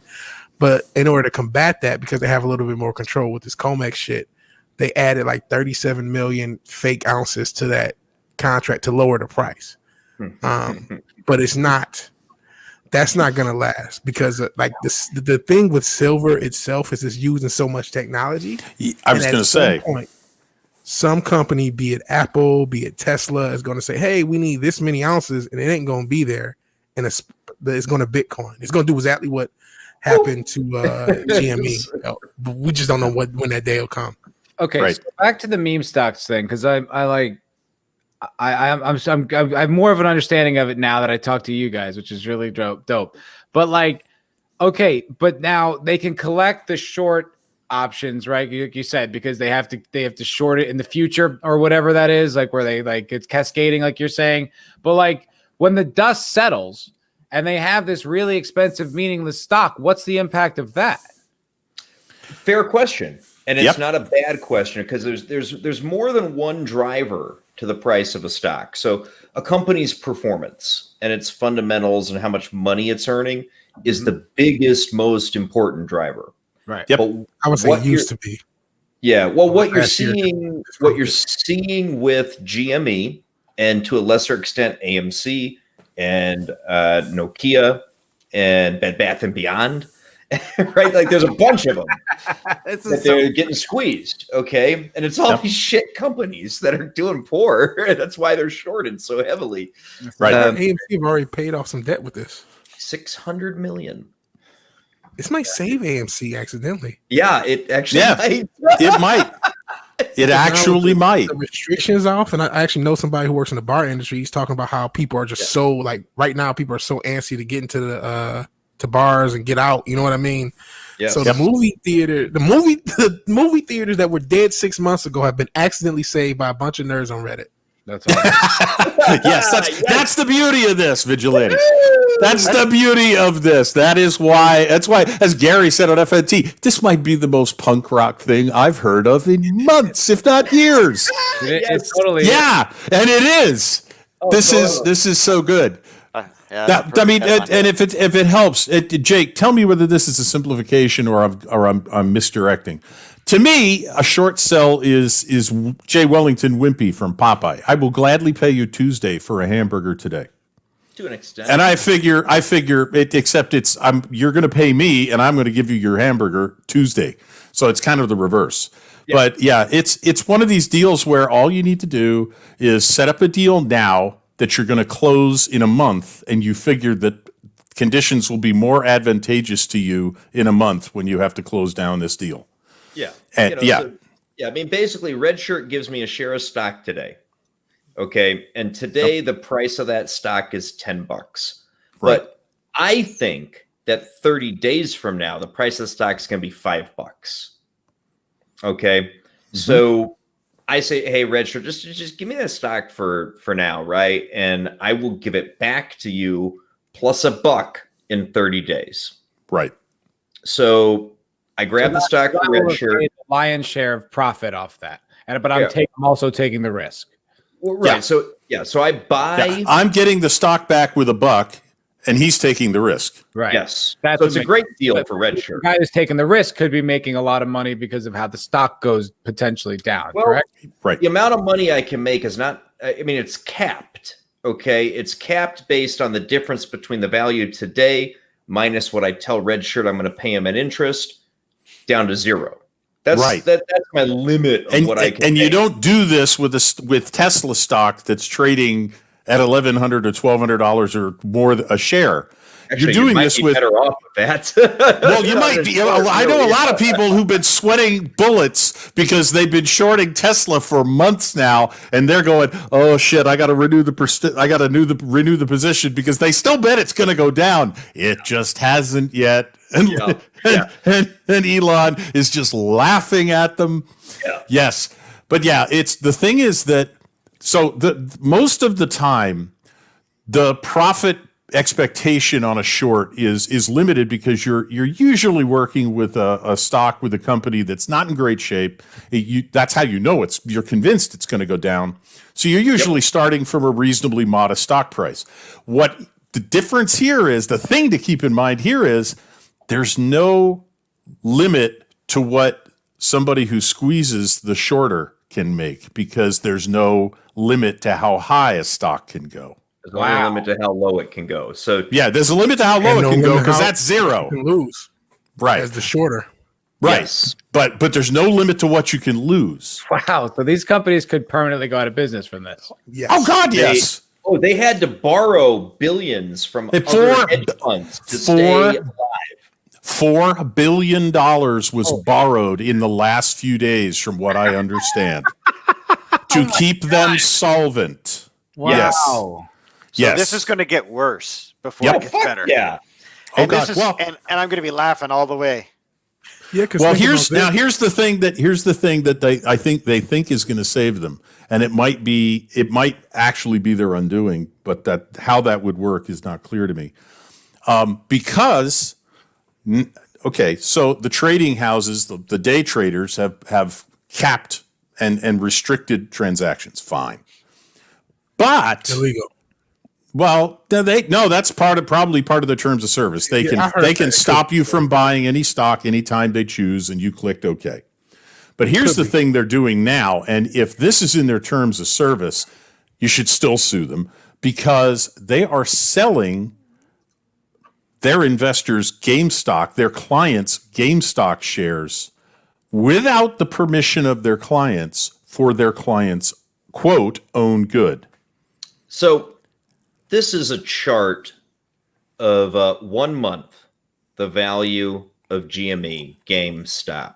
So it starts out, okay, over here on December 31st, 1 short month ago, at $19.26 a share.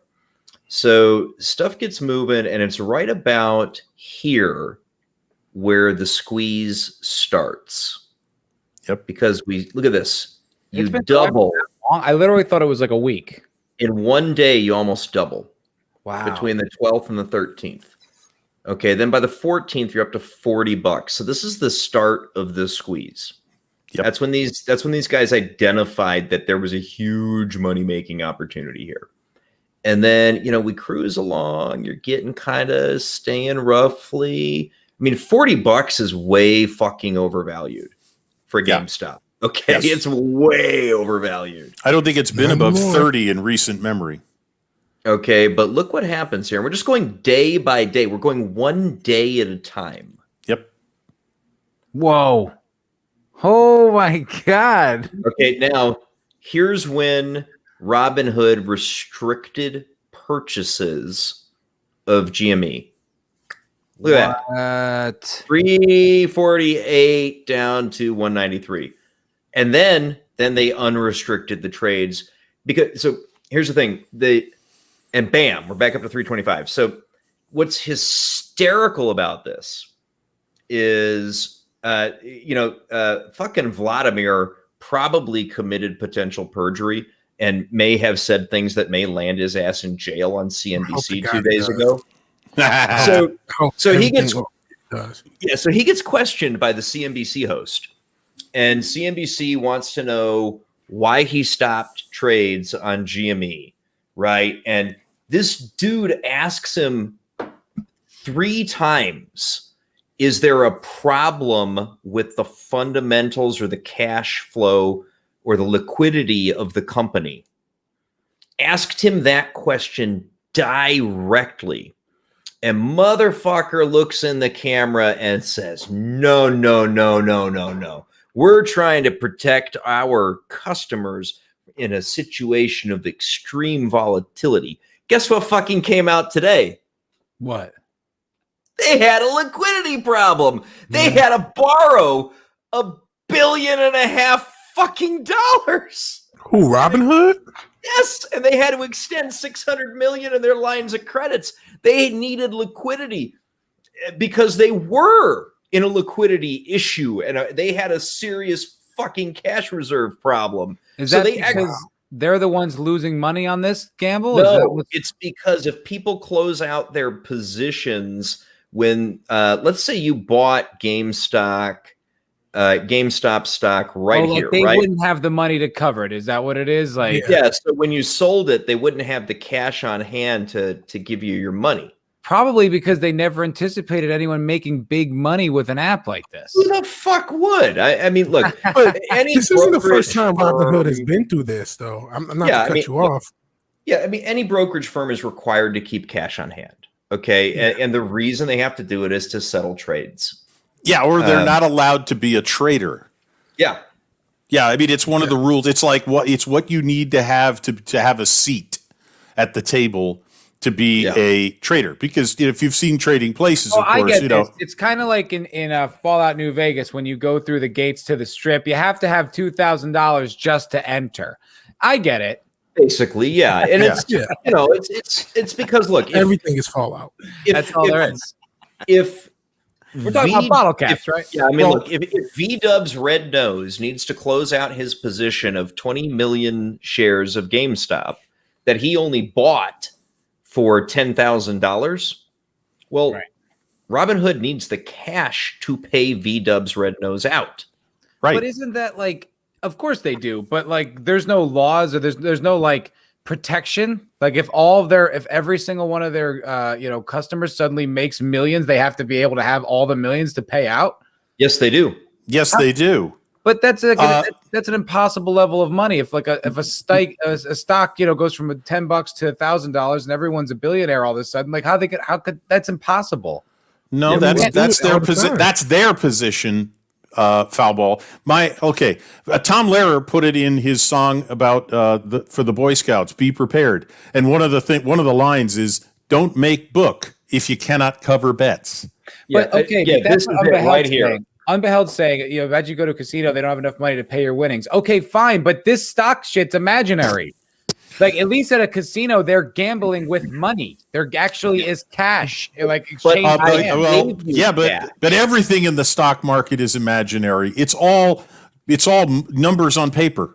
Right. No, I understand that, but I'm saying like, this price is falsely inflated. It's not really attached to any kind of value, and so it's just like it seems unfair to me that they would have to pay out like millions or potentially billions. I mean, what would you can't own like a trading firm unless you're like worth $300 billion. Like that seems crazy to me. Like I think like it's reasonable, but it's like you have to have reserves. No, foul ball. That's why most of us have to deal with a trader in order to trade on the stock market, because if it were easy and you didn't require a large capital position to cover everything, anybody could go to the stock market and just go, I got 5 shares of Microsoft. Who wants it? Oh, I see. Yeah, This is their game. The one thing, the price they have to pay to get into the closed game behind the velvet rope, where the very, very, very large man in a tuxedo has to open the rope for you, is they got to show up with enough money to cover whatever happens. So what would have been okay? So let's say Robinhood was just like, well, we don't have the money.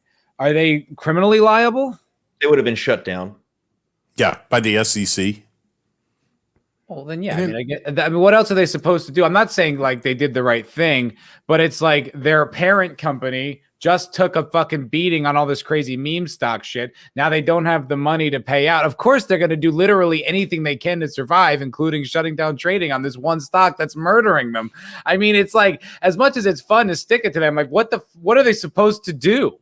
Yeah, like this is you can't plan for something like this. Yeah, I mean, so Dan's asking in the chat, he's like, aren't they going to get the money from settling the position with whomever purchases the stock? Yes, but that doesn't change the fact that there are SEC regulations that demand that Robinhood have a certain amount in reserved capital to cover their assets under management. So if I'm a trading house and I've got $1 trillion worth of assets like held within my trading house, I have to have X amount of, cash available.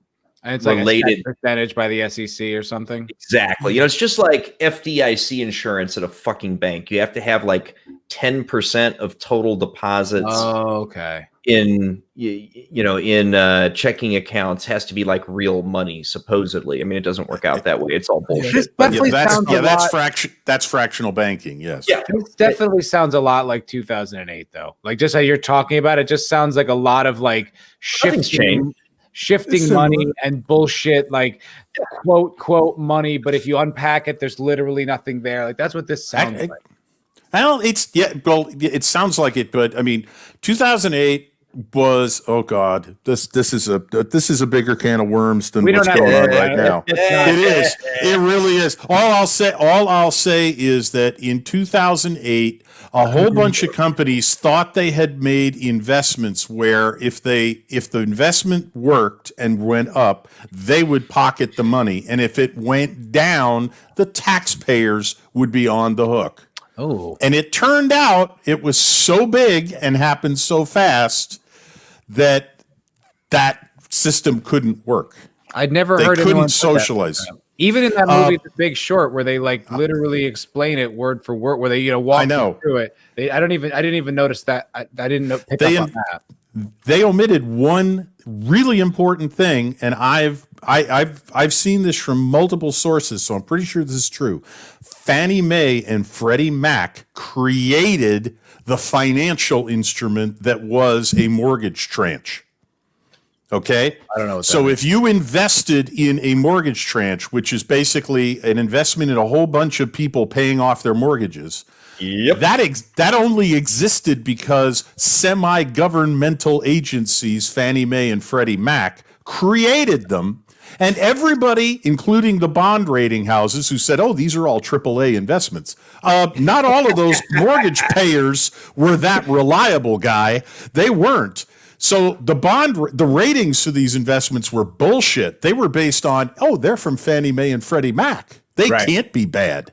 Well, it turns out that was a bad assumption.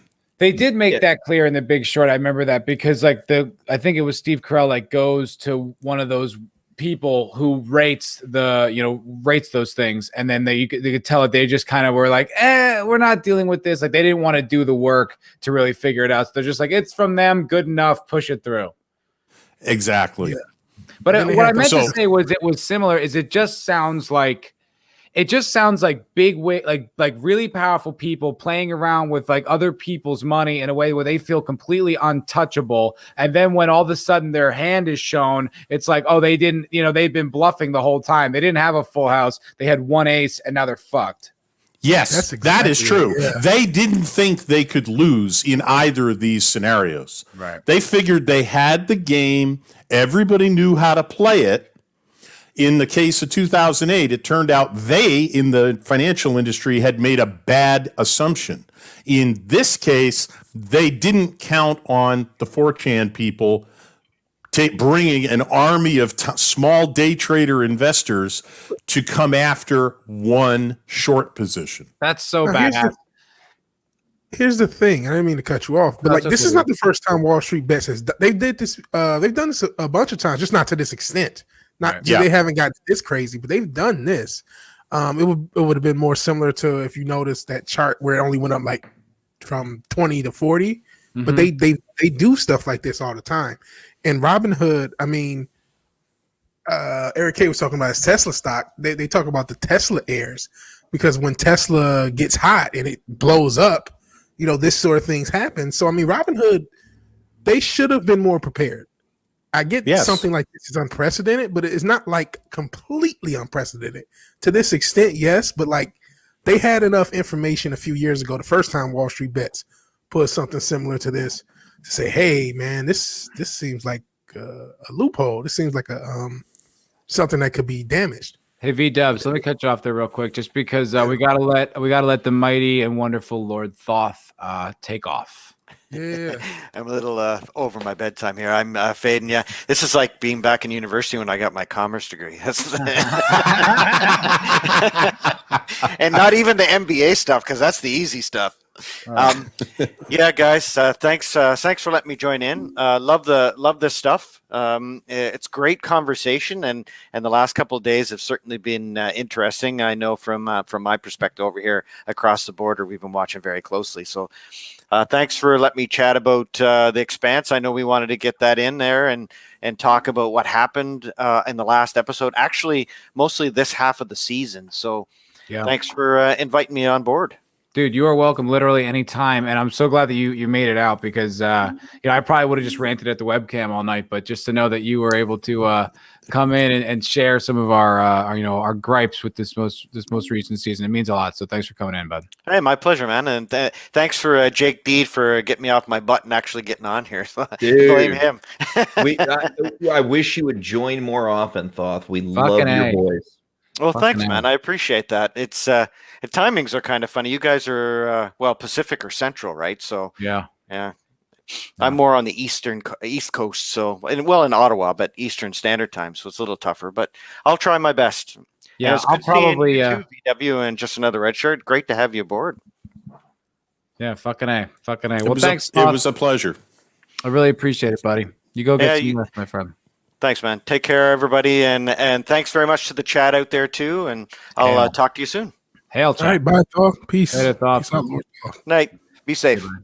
Oh man, he is the shit. I love the dude. You know what? You know what's cool? Another funny, crazy shit in this same arena happened is fucking Musk tweeted out, pound Bitcoin or some shit, or Dogecoin. I saw that whole thing. Yeah. So Musk sent out one tweet, and Bitcoin went up like $10,000 in a day. Was it Bitcoin or was it a different kind of crypto? It was Bitcoin. So wait, so Yeah. so today it went up another 10,000. Yeah, like one fucking day. Musk sends a tweet, one fucking tweet. Yep. And Bitcoin went up 10,000 bucks. I didn't see that. You know I mean, what? I saw- Sorry, go ahead. I'll No, tell you go ahead. You go ahead. I was just gonna say, you know what sucks is that I bought Bitcoin like back in the summer or whatever, and it was worth like $9,000 a coin, and I bought a few $1,000s worth, and it went up to like 1,300, and I was like, nice, tidy little profit. Sold it, and it's like at like $40,000 or $50,000 now, and I'm like, are you fucking kidding me? Like, Well, now you know why day traders don't have any hair. Yeah. That is. I am only in stocks, in investing in stocks for long term.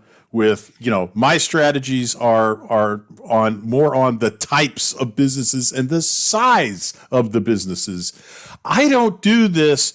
I want to get in today and out tomorrow by 2 p.m. And it might be 11 a.m. if it changes faster.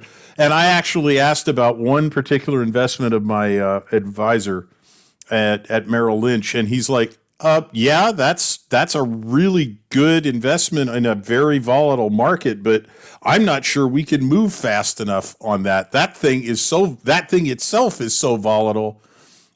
We could be if we're behind the curve by an hour, we're done. Yeah.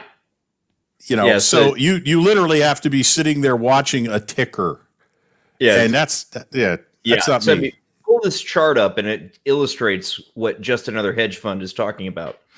Hedge fund is the hedge fund. It'll be the only hedge fund still going. And just as soon as I wipe out Jake's short shack. That's right.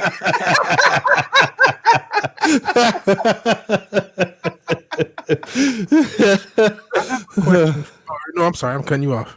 Yeah, it's I think Matt must have stepped away for a second, man. But I've got the chart for 1 day's trading of Bitcoin, and Musk. Yeah, so so here we go. So this is 1 day, the price of Bitcoin. Okay, so it was trading at about $32,000 a Bitcoin, and right about here, Elon Musk sent a tweet, and it went to here. Okay, he sent it up $6,000 just from one tweet. With a tweet. Yeah. Well, he almost crashed his own company with a tweet as well, if you guys remember. Yeah, I do remember that. He's done that a few times. He almost did it when he smoked a joint on Rogan. Yep. Remember that? And one time he tweeted something about how long he thought it would take for his company to be publicly traded, or it wouldn't be publicly traded anymore. He was going to buy all the shares back, and the SEC just about came down on him for that. Yeah. For disclosing information that that should not have been disclosed publicly. Dude, we live in fucking crazy times right now, man. Yeah. Yes, we do. Yeah, but this is a month of Bitcoin. Only 1 month. Yeah. It's down to like 28,000. It was up to 40, and it closed out today, around 34. To Redshirt's point, this is fucking insane volatility. Yeah. 100%. Which is why I like cashed out, because I was like, it was under 10 like a few weeks ago, so I'm like, well, I might as well just make my money now. But obviously that's why you never really know. I probably should have kept it in though, because it wasn't like I needed the money.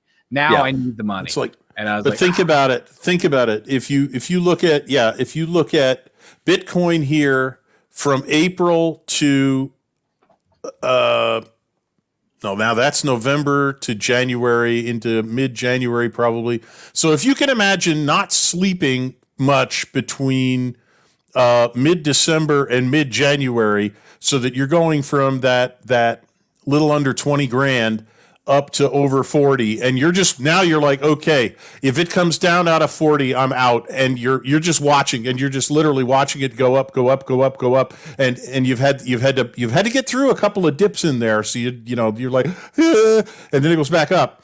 At some point, you in this area here, you've got to be able to get out in a day or so to even be able to think about cashing out that difference. And my buddy was saying that there were legitimate financial institutions that were projecting that it was going to go up to 100K. So when you hear shit like that, it's like, well, maybe I shouldn't go out. Maybe I could become a millionaire. It's like, right. Yeah. And that's the danger when you start thinking, maybe I can become a millionaire with this trade. Oh, wow. That is such okay. We had my parents. This is from when I was very young. I don't know any details, but this guy was a stockbroker.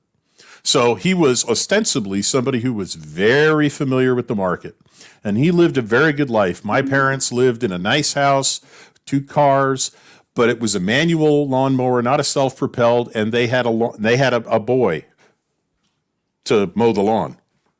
That was me. Okay, slave labor.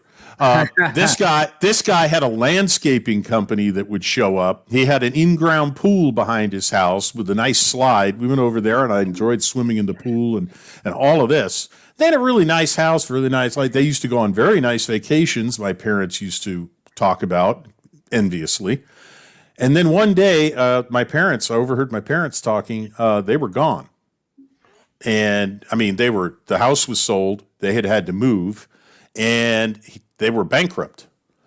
And apparently he was trading with his own money in the market, basically through the same mechanisms that he was using to do the company trades. Now, he wasn't trading the company's money. That would have put him in prison. He just bankrupted himself. What he started to do was to do leveraged investments, which means he borrowed money to make the investment. Now, the bet here is like a loan shark.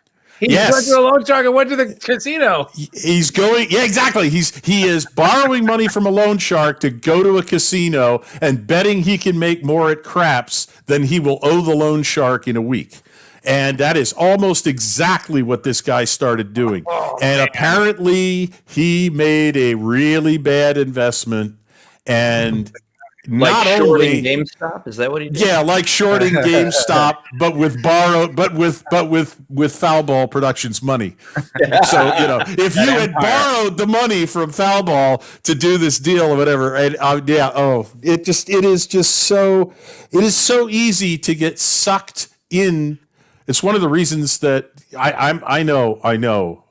Did you see this? Everything I do overdo. What's that? Did you see Eric K's thing where he says, don't feel bad about that. My dad, when Tesla first went public, he bought 15,000. I thought I said 1,500. 15,000 shares of Tesla. Was afraid it might go down when the big car companies were trying to kill Tesla. Can you imagine? Sold them all.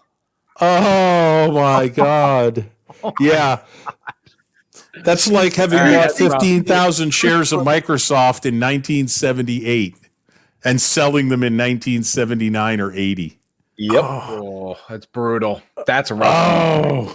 That's a rough one. So I know everything I get into, I overdo. I go crazy with it at first. And if I got into day trading, I would go crazy. And there's a very good chance I could lose everything I have worked all of my life for doing that, playing in the stock market, because I know better than to go to a casino. I learned my lesson. Luckily, it didn't cost me a great deal to learn the lesson, but I learned my lesson.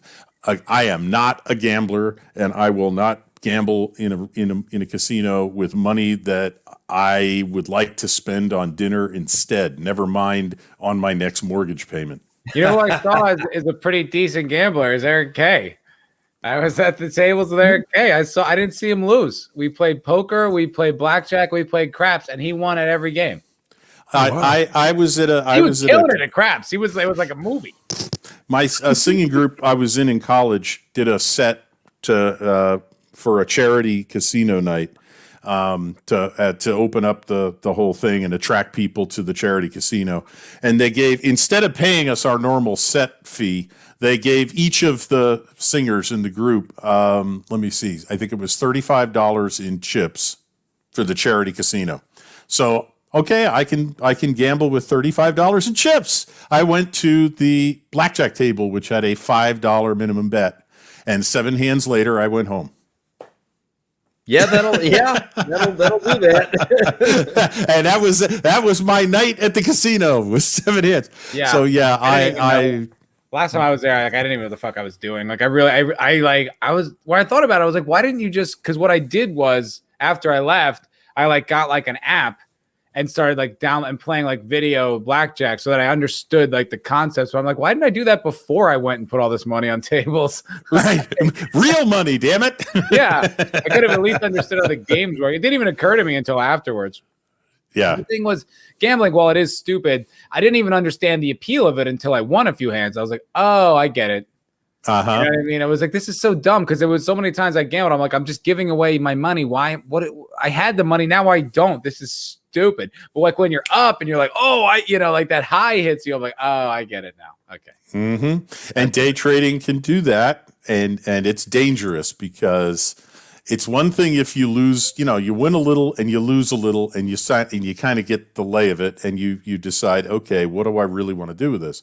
But if you do well to begin with, or you get lucky, God help you, to begin with, sure, and you basically you take a position that's a problem, and that's not that hard to do.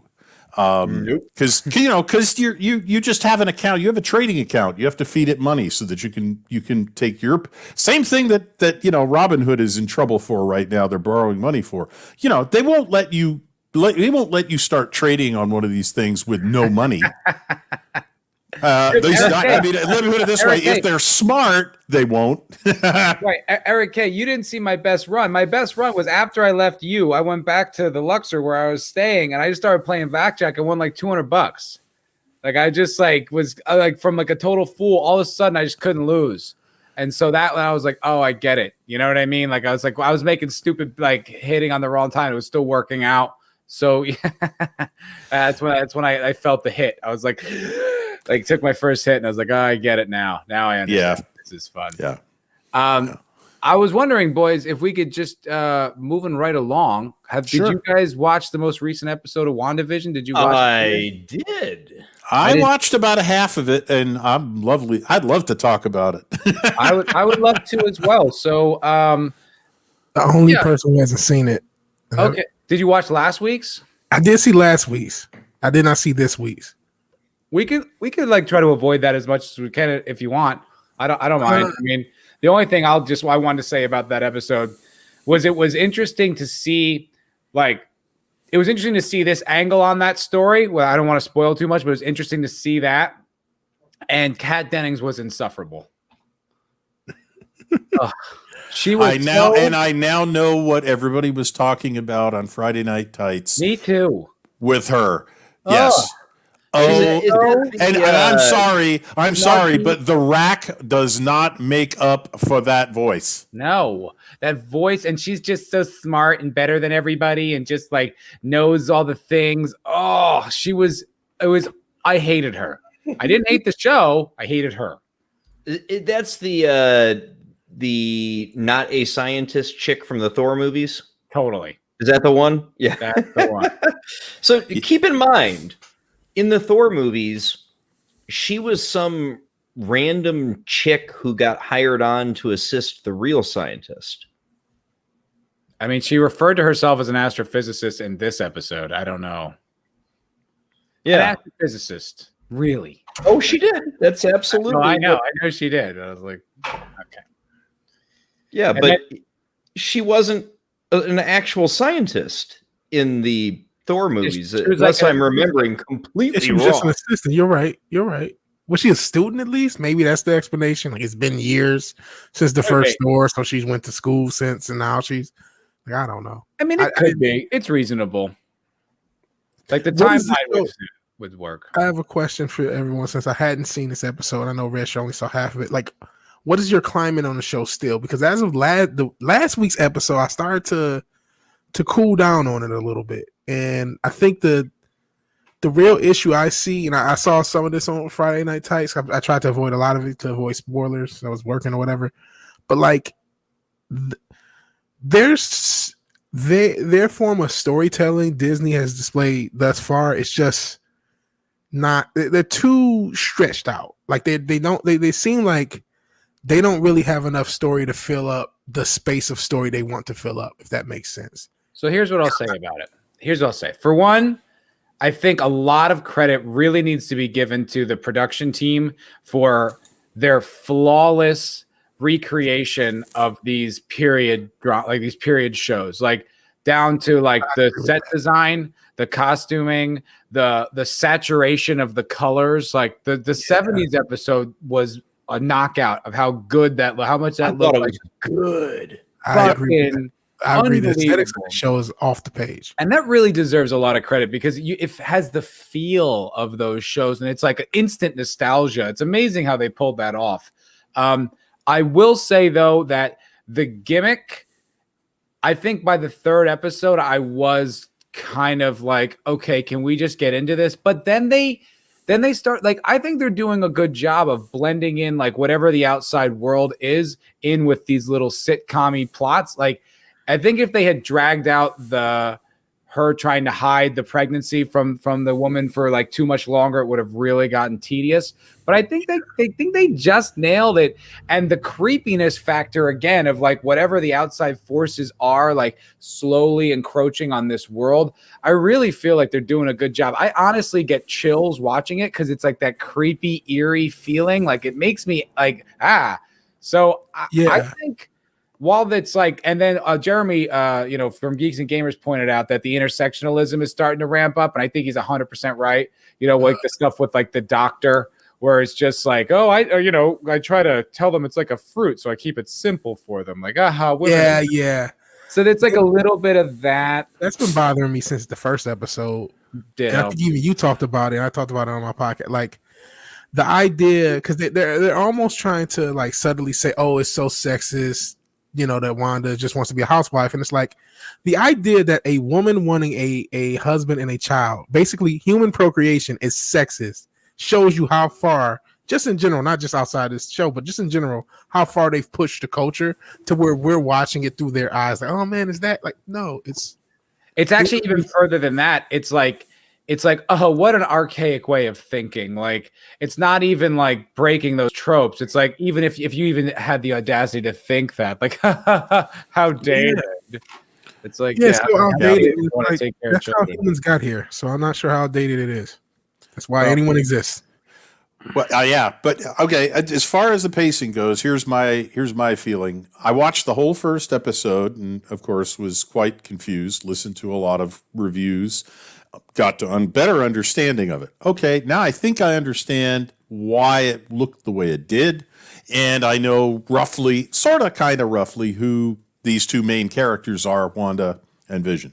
Right. Watched this afternoon. I was going to binge the rest of the episodes, and I started episode 2, and I got to where Wanda and the neighbor are about to go into a house down the street, and I went, I'm sorry. This is a recreation of a 1960s sitcom, and it's not working for me. It's just not working for me. I understand this is a stage setting. I understand this is a fantasy world. Even if it's just a flower or a this or the helicopter was one thing. That's the only thing that was out of place. And now I know what that, sort of what that was. There wasn't enough of the glitches, the weirdness for Wanda to deal with. So I understand that Wanda has to keep managing, all of this. It was too well. She was managing it too well in the first part of the second episode. And I'm I'm waiting for something to trip her up, and it's not happening. So then other things intervened today, and I couldn't watch the rest of the episodes. Sure. And just before this, The reason that I was on the chat about 15 minutes after you started streaming because I watched half of the 4th episode and I finally went, okay, I've seen enough of the 4th episode to at least have something to say. Yeah. So I'm going to get on the I'm going to get over there on the stream and I got in the chat. I'm really glad I skipped. I will go back and watch them at some point, probably just to see if there was anything I did miss that would help me out and make me understand more about it. But I really think that I don't know how they could make this work as a story. So let's say that for starters. I don't know how you could keep an audience for 3 episodes or 2 episodes. If you compress the 3 episodes, 50s, 60s, 70s into 2 or something, where somehow after a commercial break, it changes. But if they'd done 2/3 of one episode and 1/3 the next decade, and then started the next episode in that decade and switched to the next decade, they wouldn't have spent as much time, even though these are short episodes. They wouldn't have spent as much time spinning these period pieces. The way I look at it is I don't have any expectations for this show. Like I don't think any of us know what the MCU looks like anymore. So them taking a really bold stylistic choice like this and giving us something we've never seen, maybe ever, I really give a lot of credit just to the swing, just to like the strength of the throw, because it's like, wow, what a bold choice. And I agree with that. While it's not like necessarily got the pace and the excitement of something we're used to from Marvel, I think it's really intriguing. And I personally am really enjoying living in the mystery. Like in this 4th episode, they start to tell you what it is. And I was almost like, oh, I kind of wanted you to string that along for a while. While I understand most audiences probably wouldn't want that because it's Marvel and like, let's get to it already. Wait. Did you say you just wanted them to keep it slow and make it last longer? Kind of. Yeah. I really liked it. I like the idea of like this weird creepiness kind of like, because each episode I felt like the creepiness factor kept like rising and I really liked that. I was like, what the hell is going on in this creepy world? And I really liked it. It was really, it threw me off and it made me like uncomfortable. I really appreciated the experience. Oh, I enjoyed the shit out of the first 3 episodes experience. And I liked what we lived through here in the 4th episode. And it's, you know, it was funny though. I was watching it with my girlfriend, and the 4th episode ends, and she just, that's it. Like that was like no hesitation, like just bam, first thing out of her mouth when episode 4 ends was, you know, because it was like I don't know, 22, 23 minutes, some shit like that. You know, they're all really short. They are. Yeah. And so she just, you know, like explodes with the, wait, that's it? Because it didn't feel to her like the episode was over. So I kind of feel that way about all these episodes because they're so short. It almost feels like they just get through one situation and then the episode's over. Like whatever the main plot is, like whatever their main, at least relative to the sitcom thing. I actually kind of want to clarify what I mean, or at least what I think about slowness, because I'm similar to you, Matt, where I like being in the eerie world. I think I even said like one of my biggest issues with the first 2 episodes, I like being in that weird 60s world so much, I almost didn't want to interrupt it. But even though I like the creepiness as well.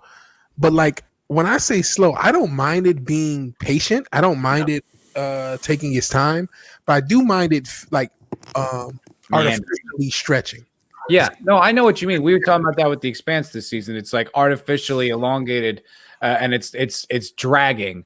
Whereas I don't think this is dragging because, like, I mean, I feel like the show is the reveal almost. So it's like if you're gonna reveal it right away, then you're just gonna skip what's fun about the show. I am having a lot of fun with the mystery of it. Like I don't want it spoiled yet. I really want to indulge in this mystery and like feel the creepiness and the walls closing in and like the weirdness, the kind of like elevating, like what the hell is going on?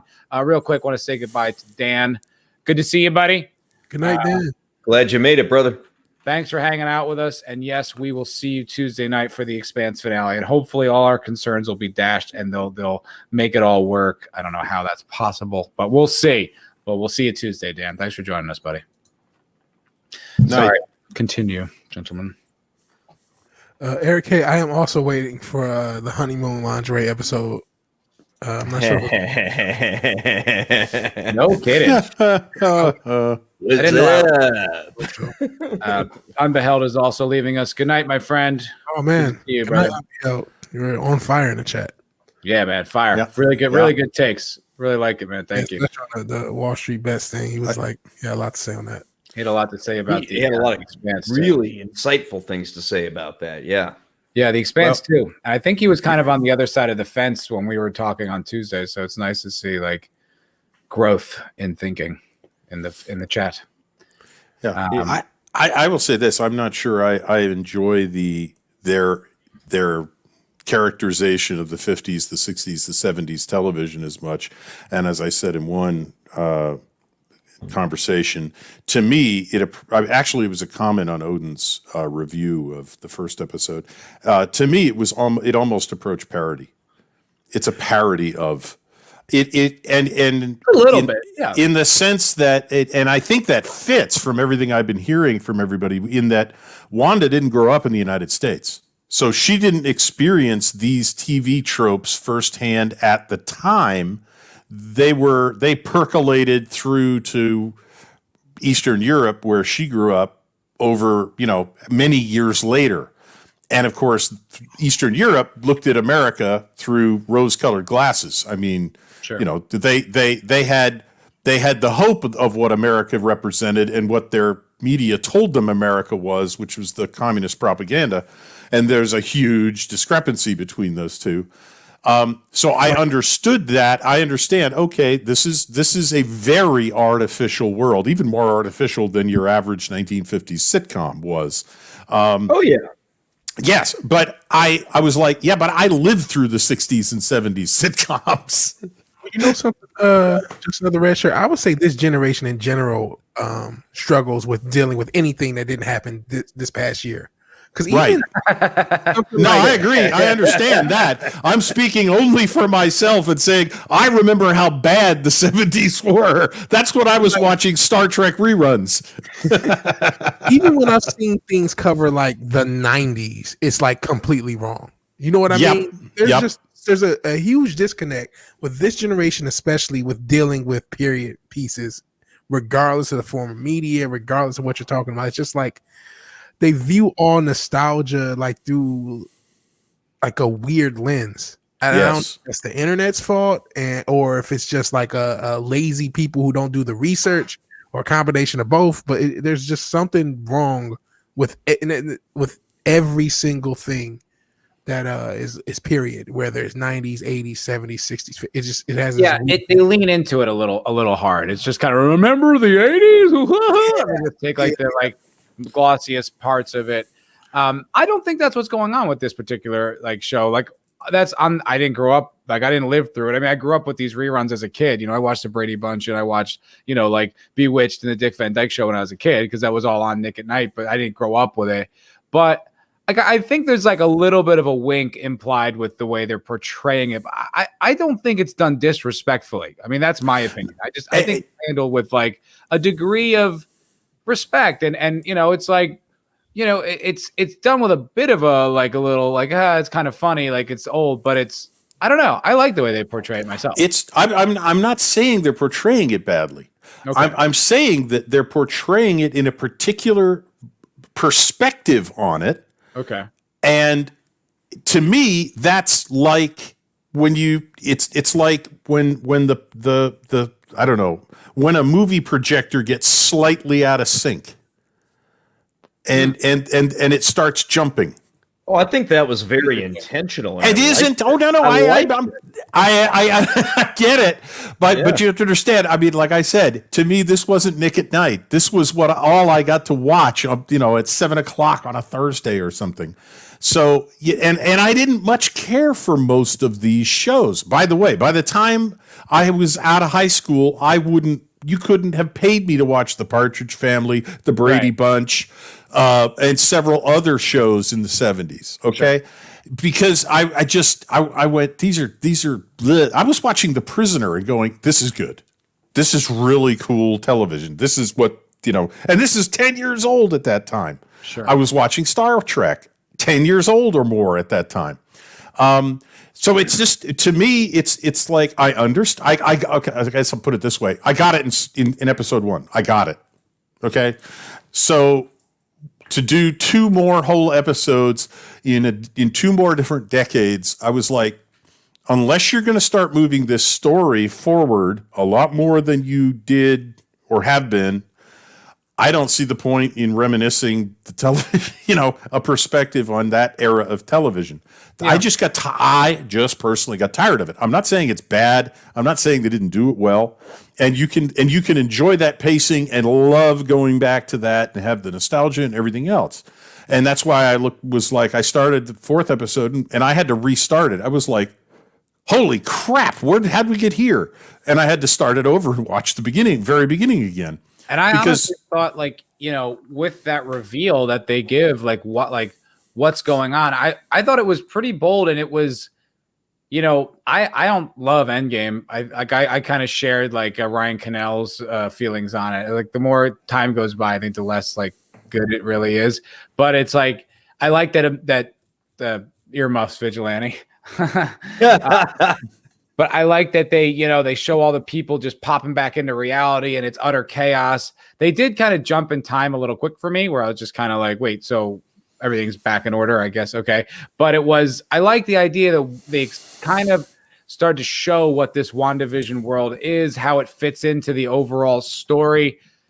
I got to say, for what it is, for what they had to work with, I think it's a pretty elegant and unique take in this world, and I just give a lot of points for style, so maybe too many, but I find it very compelling. I also don't feel like I don't have anything attached to it. It's because it's not like when I'm watching The Expanse and there's flaws, I'm going over it with a fucking magnifying glass, what the hell. With this one, I'm just kind of well, this is fun. This is I didn't expect this, and I'm enjoying it. That's about as much as I have invested in it. But I like it. I think it's fun, and I'm really enjoying Paul Bettany and what's her face. What's that? Am I good to come back? I literally did take my headphones off for a minute. Oh, okay. I think you're good. Yeah. I am back. Yeah, Bettany and Olsen are really good together. They are. They have a real chemistry. Yes, absolutely, they do. And it really helps the show, obviously. Your leads have got to have good chemistry. Without it. Totally. And I was thinking, too, there's something I really like about Olsen's, I guess, her portrayal of the character. Because I was thinking back to something I really didn't like in Infinity War, was when we meet her and Vision in, whatever country they're in. And she has, that, hipster hat on, and she just looks like Olsen. She just looks like the actress. She doesn't look like you know what I mean? I was just it irked me. It's just so fucking Hollywood. I really didn't care for it. And so it's nice to see her in this sort of these interesting costumes and really living into the character of Scarlet Witch instead of just playing a version of herself, in where the fuck they were supposed to be. I think she's, to me, she's doing a great job. This feels like a star-making vehicle. I feel a month and a half ago, I didn't never consider Elizabeth Olsen anywhere in the top, A, B, E list. I mean, she was just another actress. Yep. And now it feels like she's a star all of a sudden. She's handling it really well. Oh yeah. I mean, the whole cast is honestly really good. Yeah, it is. I mean, at least from what I've seen, I'm not sure about this episode. Dude, I love Agnes. I love her. Han, what's her name? Something Leslie Hahn, or what's her name? Catherine Hahn. She's great. She's hilarious. She's incredible. I will. Sorry, go on if he does, because I want to say, I don't know, because this is something that comes out of this new episode, VW, so you haven't seen it, but there is a very unfortunate tie-in, and it seems to be a tie-in with Captain Marvel's universe. Well, I knew Geraldine is Monica Rambeau, and she becomes Monica Rambeau again, and it's I have to check it out.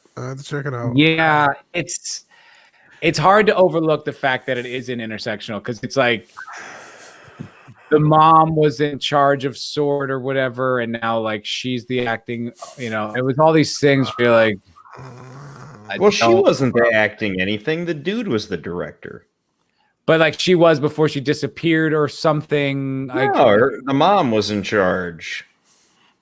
Oh, that's right. That's right. It was the mom. Yeah. Okay. That's true. That's fair. Yeah. It was the mom. And then it was, yeah, I mean, it was good but then it was like, she told him that, oh, you're grounded. Like you can't go anywhere. But that order came from the mom. And it was like, well, then it's acceptable to take because it came from the mom. It was like, okay. Like it all, like it's little things, like nothing is really egregious or glaring, but it's just kind of like your radar goes off a little bit. Like, but I mean, you know something? That's another Disney trope. Honestly, the whole Mandalorian, both seasons, and they all have these little small jabs of intersectionality. Sometimes you get Sasha Banks throwing Boba Fett through a table, but most of the time it's just subtle little things. And I do notice it, and it kind of irks me. You know what I mean? I guess I should appreciate that it's not super blatant, but again, that's them pushing the culture too far. It's like, hey, at least it's just slightly intersectional. Hey, there's only a little bit of lecturing. Yeah, in this. It's not so bad. That's very yeah. I think the question is, does it break the character, break the fourth wall? Does it take you out of the story? To me, that's the distinction. It's not whether it's small, because you can do small things that are still like in an otherwise black and white first episode of WandaVision. There's a red light on the toaster. That's small because it's just a tiny little glowing red light, but it's the only thing that isn't black and white in the entire episode. So by that, it's significant. What gets me is like we're so sharp and savvy to them. We're so onto them now that when we see any of it, we're like, we know where this is coming from. So it's attached to like a battleship. You know what I mean? Like it's just a light on the horizon, but we know what that light is. Yeah, exactly. So, but Stephen King. Stephen King is a writer I've read a whole bunch of stories from, and as far as I'm concerned, the man lost his mind in 2000 with the election of George W. Bush. And Stand is ungodly awful. Yeah, it is. I mean, but I remember in a number of his books, he didn't automatically ascribe evil intent to one group just because of their politics. There was a thing about protesters at an abortion clinic, and I think it was in Thinner, and or it was Thinner or Insomnia, one of the two.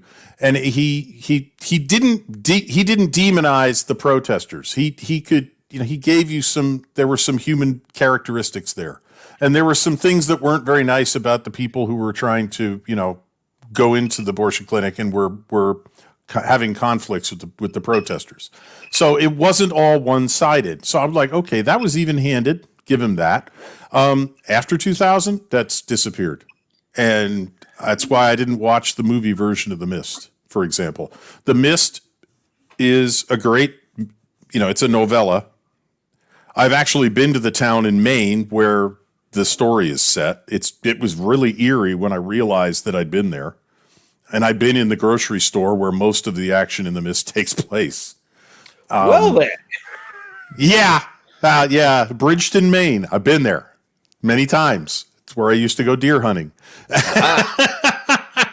And I'd been up there. It was probably the second or third year that I went up there, and I just decided to start reading The Mist again before we went up hunting. And I'm reading it again, and we're about to head out to Bridgeton in about 2 weeks, and I'm reading the story, and now all the place names hit me because now they're familiar.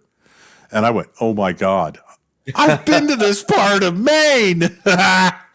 Anyway, he actually wrote an entire, I think it was an entire book on being a writer, on being a good writer read that of fiction. book, by the way. Yeah, Great book. and he talked about not letting the author's voice, not having the reader hear the author's voice. Okay, your voice as the writer can't be audible to the reader. You've got to tell them a story. The story has to be what they see and hear. Yeah. You are not what they have to see and hear. And after a certain point in time, some people have ascribed it to when he was almost killed in a being hit by a van while walking along the road. Yeah. Or after the election. I don't know what it was, but something changed his attitude, and he decided that he could no longer just write stories. And it's really obvious. Now, his politics and his worldview were in all of his stories, but they didn't break the story.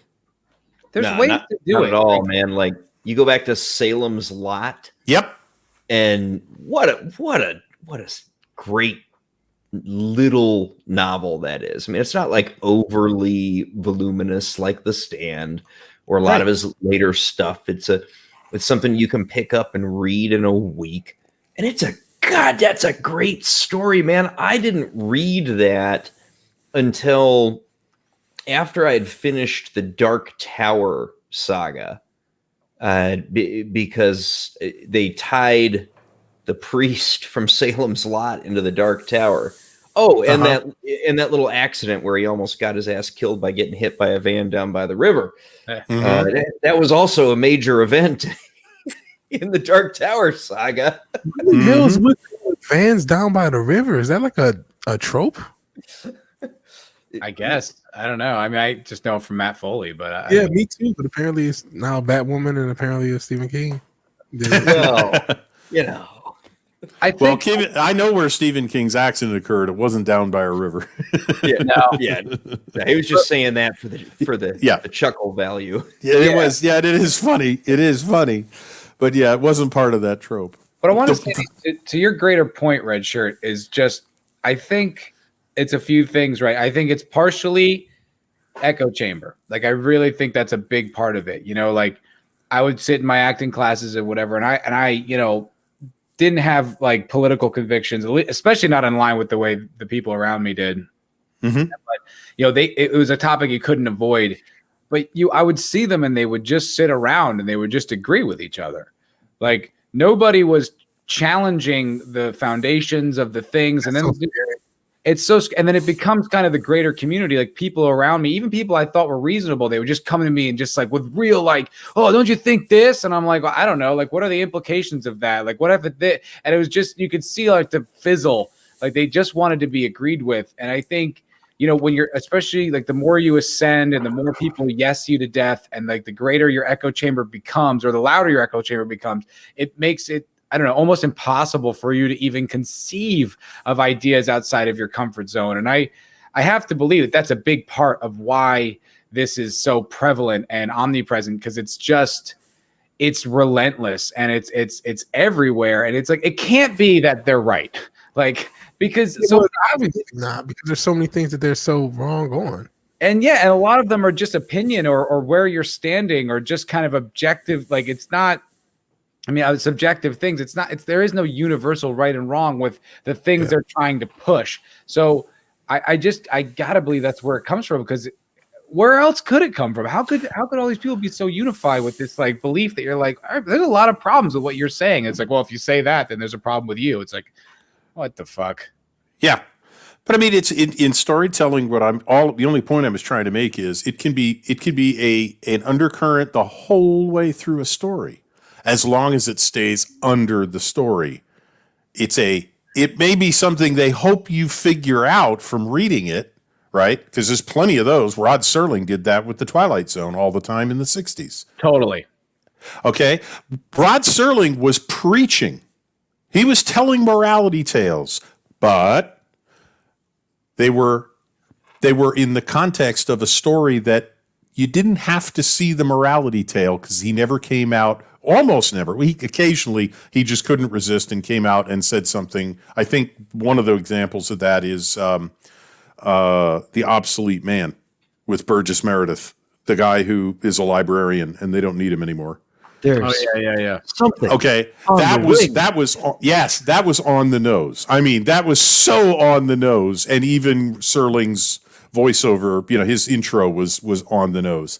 But most of the time it wasn't. You were expected to be given a new perspective on the thing by the way the story went. 2 examples. One is the woman who's got bandages around her head. Oh, yeah. And you never see the medicals team, and they're telling her that she'll be her. She's hoping, will I be beautiful? Will I be like everyone else? And you're making assumptions already when you're watching this. Okay, she's disfigured, and they're trying to help her, and they take the gauze off, and and she's beautiful. She's a beautiful blonde young woman. Did you ever see the SNL skit about that one? No. It's so funny. So they do it all the same way, and it's like, I think it was like Will Ferrell was in it, and then they unwrap her, and they're just like, "Whoa, she's hot." They're like, "You'll be a freak in this world." It's like, yeah, she's hot. Yeah, but the thing is that you don't have to be beaten over the head with beauty is a subjective thing society decides on. When all of a sudden you thought you were identifying with the shadowy medical team, they take the bandages off, and for the rest of the episode, you are on her side. Totally. Right. Yep. So there is a bang you over the head with the message, but I didn't say anything explicitly. Right. Right. It's not even bang you over the head, because it's something that's obvious. Like, it's like, or not obvious, but like, big. It's like, if I were to just go on here for 4 hours and just tell you why war is bad, you'd be like, all right, we get it. Shut up, asshole. But you could do the same thing while watching Lord of the Rings and fucking love it. You know what I mean? But like, at the end of the day, it's kind of an anti-war film. So it's like, yeah, you know what I mean? It's like that, but it's a difference in the elegance of how you get across your message or your point of view. It's like, if you're just going to say it, no one's going to listen to you. Ugh. Yeah. But one of my favorite Doctor Who, one of my favorite Peter Capaldi episodes. But yep. Before we get into that, I just want to take the opportunity to let Jake D take off. Oh. Yep. He's got to call it a night. It's after 1 a.m. By God, I'm beat. No problem, man. All good. Oh, man. But thank you so much for having me on tonight. Matt, just another red shirt. So good to stream with you. V-Dub, I can never get enough streaming time with you, my man. For real. Like, you guys, and, God bless him, Lord Thoth, who was with us earlier. And I'm probably forgetting somebody, but because it's 1 a.m. and I'm a little punch drunk at this point. But and the guys in the chat, what have you? I mean, like, you guys are like so much fun to spend time with, and seeing the chat, running back and forth with y'all, man. It's just some of my favorite times of any given week, and I wouldn't give it up for anything, man. Matt, thank you for hosting us tonight. You are very welcome. Just another red shirt, V-Dubs. Jake T, it's always a pleasure talking to you. Yeah, dude. Thank you so much for popping in. And everyone who's watching, make sure you subscribe over to Jake D's channel. I think you'll find us all over there on occasion. Jake puts out some great content. If you want to hate watch The Stand with him, I think that's a good oh, God. That show is so fucking bad. You'll get some passion. So yeah, go give Jake a sub. He's a good dude. And thanks a lot, man. Thanks for coming on. All righty. Thanks, everybody. All right, brother. Be well. Oh shit. Sorry. Sorry. That's okay. No, I'll shorten this. Everybody says in television and movies, it should be show, don't tell. 100%. That is okay.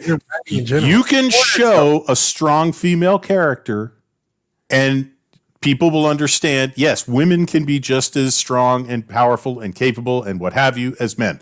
That's different from, are you thinking? River song to the doctor. Are you thinking? It looks terrible on you. Stop it. I'm like, okay, why don't you just figure out the solution and have him stand there with his jaw down and go, I didn't know you could do things like that. That would have been more effective. That would have shown it.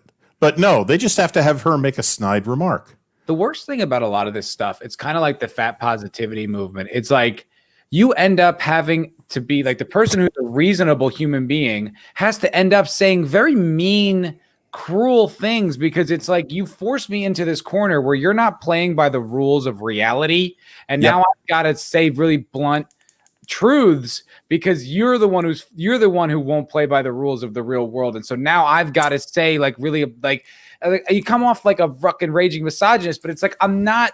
You're just playing with total bullshit, and I'm trying to ground this in reality.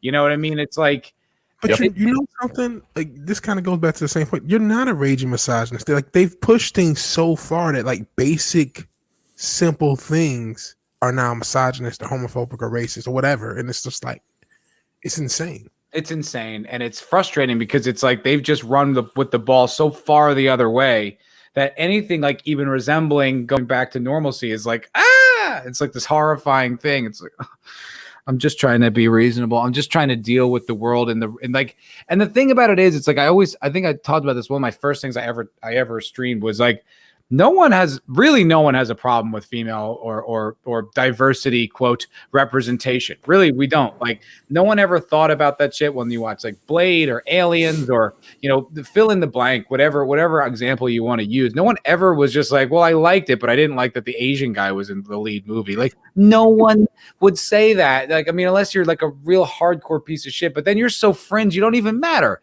So it's like we don't have a problem with that. What we have a problem with is like the agenda, the representation of reality, not as it exists, just in this sort of weird vain, ego trip fantasy that you're putting out there. That's what people don't respond to. And that's what people are never going to enjoy. And it's weird to me because I honestly felt like the ship was steering back a little more towards the center. And now there's so much stuff out there where I'm like, no, it's all too far gone. Like it can't go back. It's over the cliff and we're all doomed. We're going down with the boat because I just see it seems to be ever present. I don't see any examples of it outside of like, this platform where you see anything that isn't like down that road.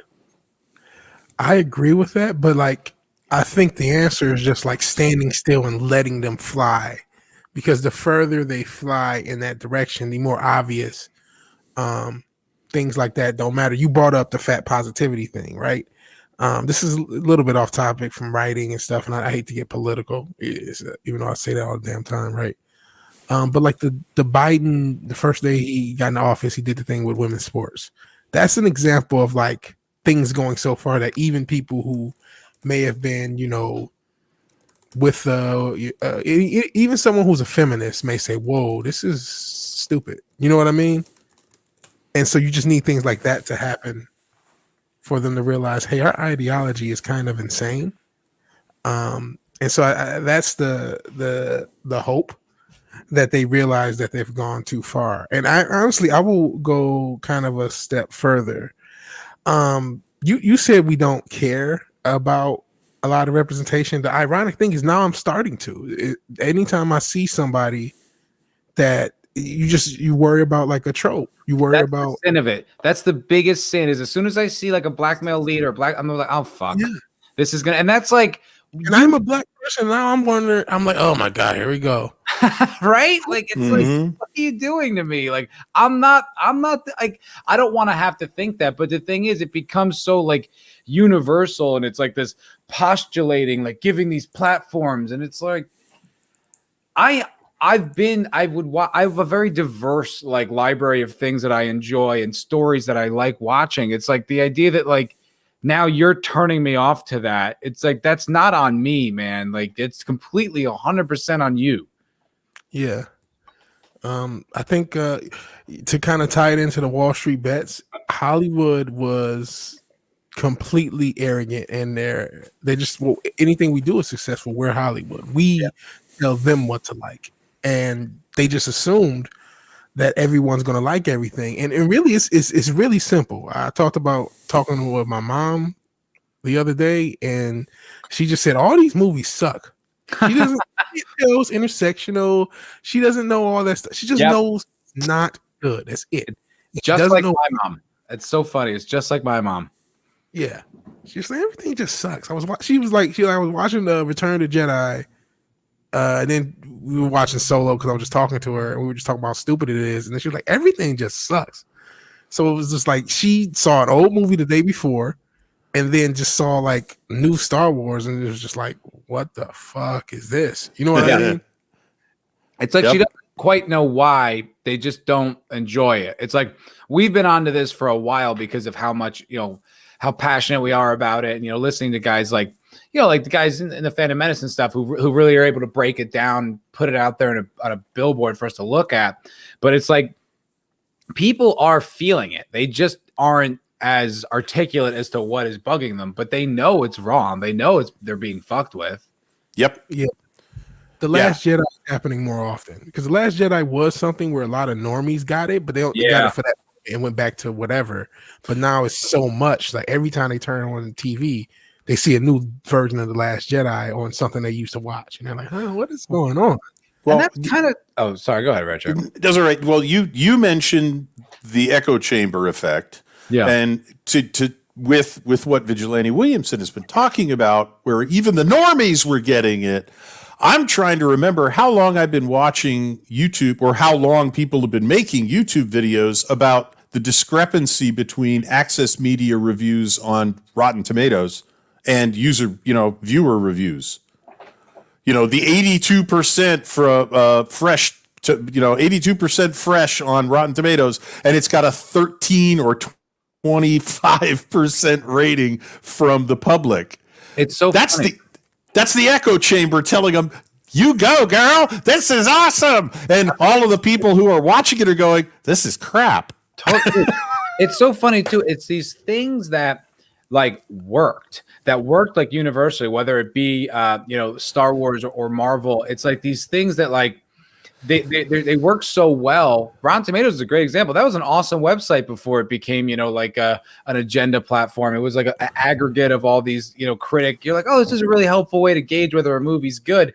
And then and they can't help themselves and they go and fuck it up. It's like you have this money printer in the MCU and just making awesome content, and they just can't help themselves but to go get their greedy little fingers in there and fuck it all up and ruin it. And it's like it's so consistent. It's such a routine kind of thing. I did want to shift if you guys will indulge me to Star Wars, because I was listening to the guys on FNT talk about that tonight, and the thing that kind of it was kind of like what Vigilante Williamson said. It was like, why the fuck did you guys buy it when they gave you token representation of Luke in this average show? And I don't mean you guys, I mean the greater, why were you so easily duped? I mean, I think it was the Robot Head said it was just one scene. It wasn't even a whole episode. I'm like, yeah, you guys were all back in. It's like, why? All right. Okay. I was on a stream with Vigilante Williamson about a month ago, just after the last episode aired on Jake D's channel. Mm-hmm. Okay. Now, I was the optimist at the time. Okay. And Vigilante Williamson was the one who was I thought it sucked. It was terrible.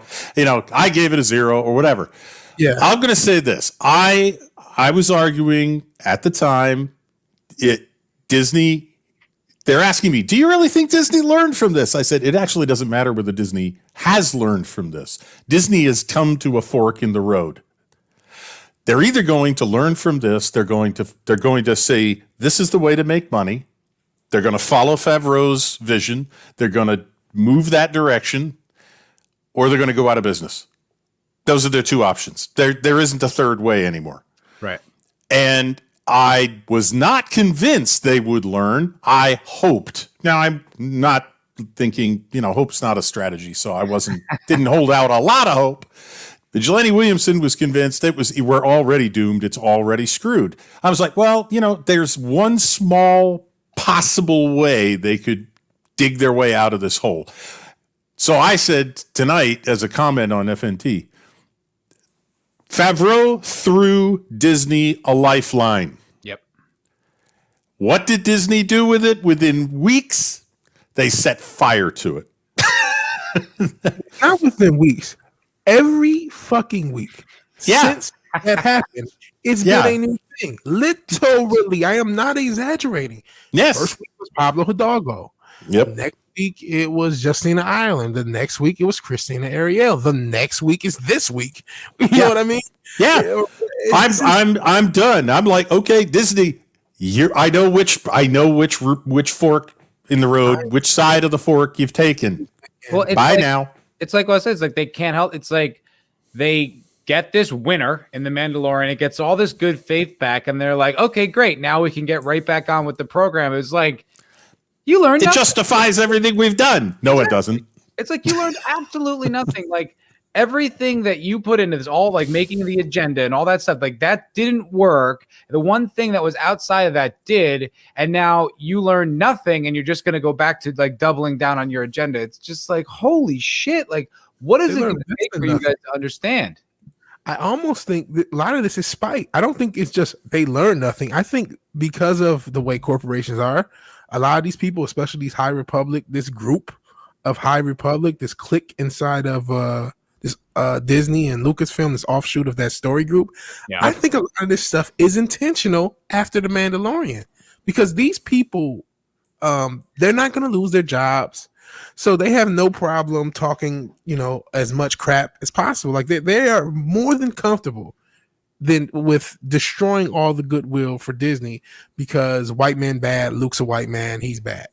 Yep. And that's it. And it's like, okay, cool. You know what? As this black lifelong Star Wars fan whose parents got him into Star Wars, I know that's crazy to think that somebody, black people in the 70s and the 80s actually could watch a movie that didn't have the represent. Oh, actually, they were represented because fucking Lando Calrissian, but that's neither here nor there.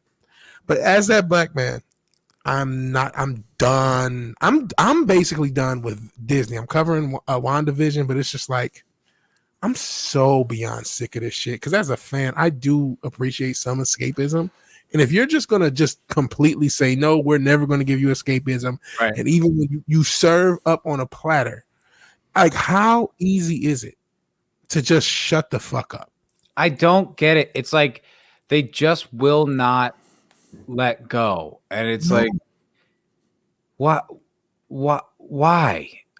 We still had a bunch of woke books. Everything they made could have been woke and garbage. We would say, oh, it's just the Kathleen Kennedy woke garbage section. Yeah. We would have gotten over it and just, it'd have been Snowflake and safe space, and we would have went on with our day. It's but so arrogant. They have a ton of arrogance. That's exactly the word I would use. I went to school with a lot of those people, and they still are arrogant. Yeah, arrogant. And like, it's like they won't even have like a brand. Like you could have like a woke brand and like a, whatever, a normal brand. They won't even brand it. Like they won't even separate that. Like it's all got to be this blanket. And it's like you people who are pushing this so hard, you are sitting on top of the economic heap. Like you are the peak beneficiaries from all the things that you claim to be so evil. How on earth could you really believe this stuff in your bones? I just can't. I can't see how you'd want like this grand redistribution of wealth or whatever the hell it is you think you want. Like it doesn't align with the way you live your life. Like they're stupid. They don't realize that. They're stupid and they're arrogant because it's like all Hollywood talks about is inclusivity. I'm like, this is the most exclusive community on earth. It's not just money. You have to have all the right friends and say the right things and wear the right clothes and be in the right TV shows. And it's so exclusive. And you're talking about inclusivity? The audacity. There are so many like moats and walls keeping people out. There are people, before pandemic, there were people just getting off buses by the thousands, by the hundreds of thousands to try to be in their little club. And there are so many ways to keep people out. And they're going to preach to the rest of the world of inclusivity. Balls. It's almost like private plane and talking about global warming. Oh, wait, they did that. It's exactly right. Flying 6,000 miles in your private jet to collect an award for environmentalism. What? Nailed it. That's nice work if you can get it. Absolutely. Yeah, right. And I just think it's like, it really does, at this point, though, it falls on the fans. It's like, if you guys are still falling for it, that's on you. You know what I mean? You can't like it's the okie doke, man. They're just like they give you this, like, hey, and then pow, they pop you in the face. It's like you can't. We got to be smarter than this. We got to be tougher than this. We can't let our emotions get caught up, and like they're not going to relinquish this without a huge fight. No, and that's why keep it Keep it. Take it. Take your toy. Go home. I don't care. I'm done. That's me too. I'm like, just have it. I want you guys to like. I want them to go like woke as hard as they can. I want them to Batwoman the MCU and the Star Wars, so that it's like it becomes like just a rotten fruit that no one will purchase. So you're just like, okay, then we can finally get over this stuff. Yep, we can move on. Because the Heaven and Han is what's dragging it out. It's like this has got to go. So how long is it going to take? When is it going to go? Well, there's a lot of ruin, in a country, as the expression goes. There's a lot of ruin in a really big company too. Disney's huge. Yeah, it is. In that same conversation with Vigilante, I said something about, well, Disney could sell the Disney parks, and everybody went, "Oh, they can't sell the parks. They are what make Disney Disney." I said, my attitude now is what made Disney Disney is dead and buried. I wonder what makes Disney Disney. I don't know what their money is, but I know that like Sony, I know that like one of their number one, like their biggest thing is like insurance. Like they sell like one of the biggest things that makes them money is insurance. So I don't know the Disney finances, but I wouldn't be surprised if it's something like that. Well, Disney actually has made over the years a ton of money from the parks. Yeah, right. Okay, and of course that was that was hit as hard or worse than any of their production houses. Okay, because you could still do pre-production, post-production, a number of things, with social distancing, masking, and all that. But the parks, you have to get a zillion people into a small contained area at one time. That's not going to fly. So, but Disneyland hasn't been open in a year now. Yeah, basically. No, essentially. Right. And and when I heard the first layoffs from what was it? Geeky Sparkles there and whatever in Clownfish. Clownfish, yes. I like they used to. I understand they used to work for Disney, so they're big on Disney news. Oh. And they said something like, the first round of layoffs was somewhere between 20 and 30,000 people. And I look back and I go, the town I went to high school in was 20,000 people. Wow. That's like laying off the whole town. Damn, that's like in the 70s, like when a steel mill would go down. Yeah.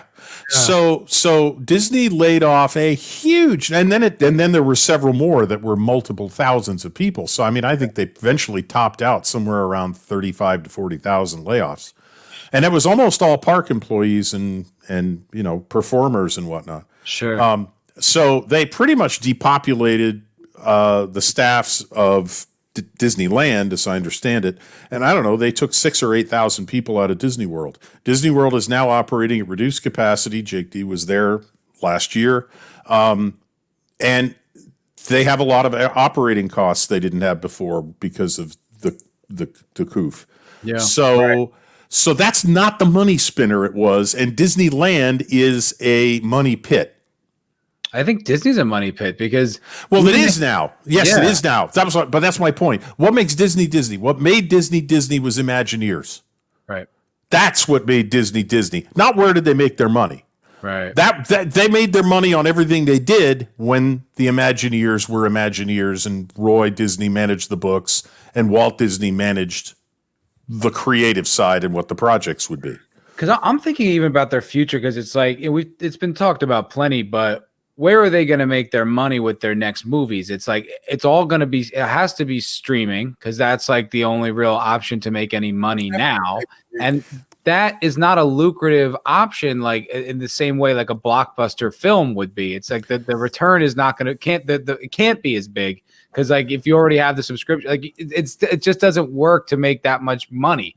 So I just don't understand. Like, are they assuming that because we are all still just watching streaming services that will sign up for anything, or are they just so stupid that they can't learn from their mistakes and make like decent content? No, I think they think they're going to make their money in China. What did I think about China? I think either. And if the rumor I've heard starts to pan out, the rumor is that the next thing that they're going to go after, Disney's going to go after, is the reputation of Walt Disney so that they can discount their entire old catalog. What? Why? Because that doesn't fly in China. So that'll be the test. I think that's a test. This is like I said, watch what happens with The Mandalorian and where they go forward with Star Wars. They failed. Here's the test. Watch to see whether their focus goes to streaming, which will be worldwide, or whether their next project tries to become the next Mulan, which failed.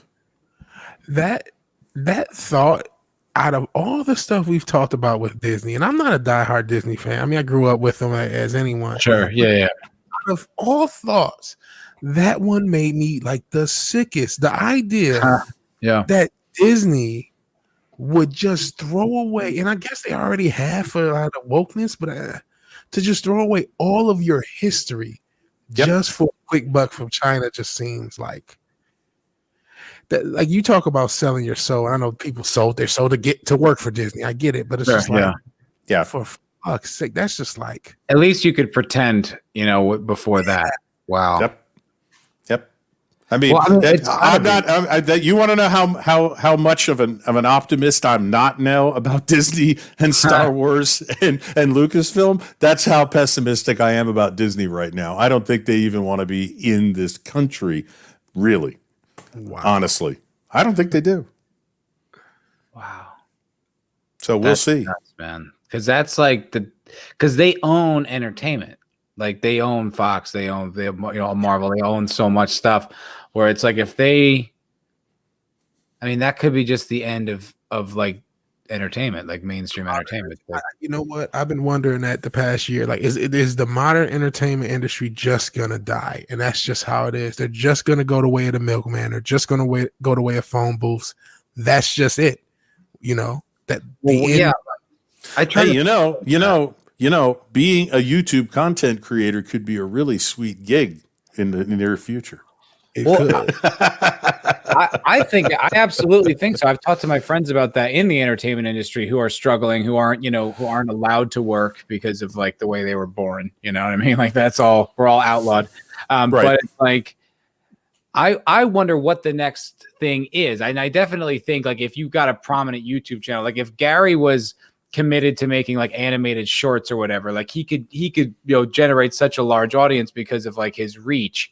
And so I think of that as like one of the arms. But like, will we see like independent like animation studios? Like, is that the type of thing you think we could eventually see in the future? Like off, like separate, like not like, I don't know, just different avenues and access points for entertainment. I think it could. I think actually Netflix has already done one.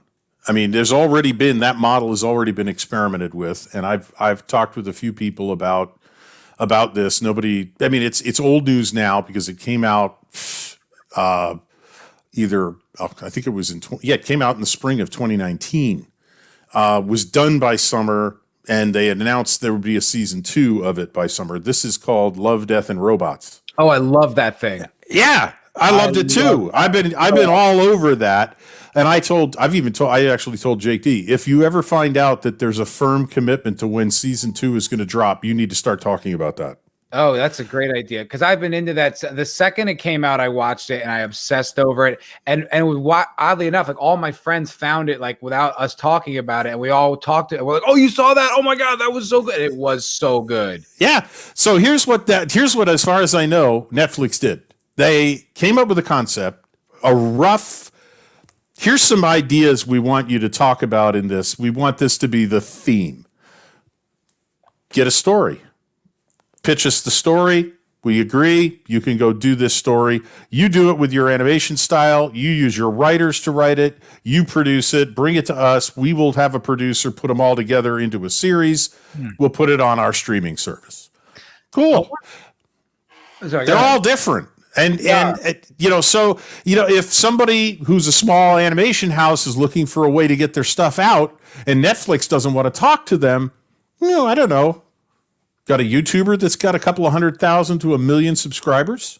Right. They might be willing to help you. Yeah, that's a good point. Because interesting thing about Netflix is like, I think they're a really powerful platform, but as far as I can tell, they've pretty much just like got in line, lockstep with what they're supposed to do as far as representation and politics. Like all their scripted content is pretty woke. I mean, most of it's like, I mean, most of it's like extremely woke, and some of it's like okay and passable.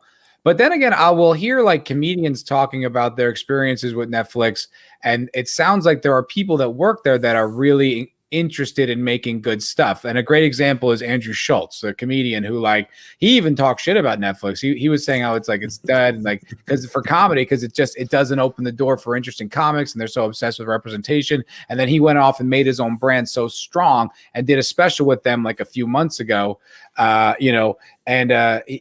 he said that like the people that he dealt with were so hospitable, and they gave him like such good insight, and they were really helpful, and like there wasn't a lot of bullshit. So it's like, I don't know, maybe it's not completely dead, but it just, I don't know. My perception is that just like pretty much anything industry is just kind of flattened and tired and dead for now.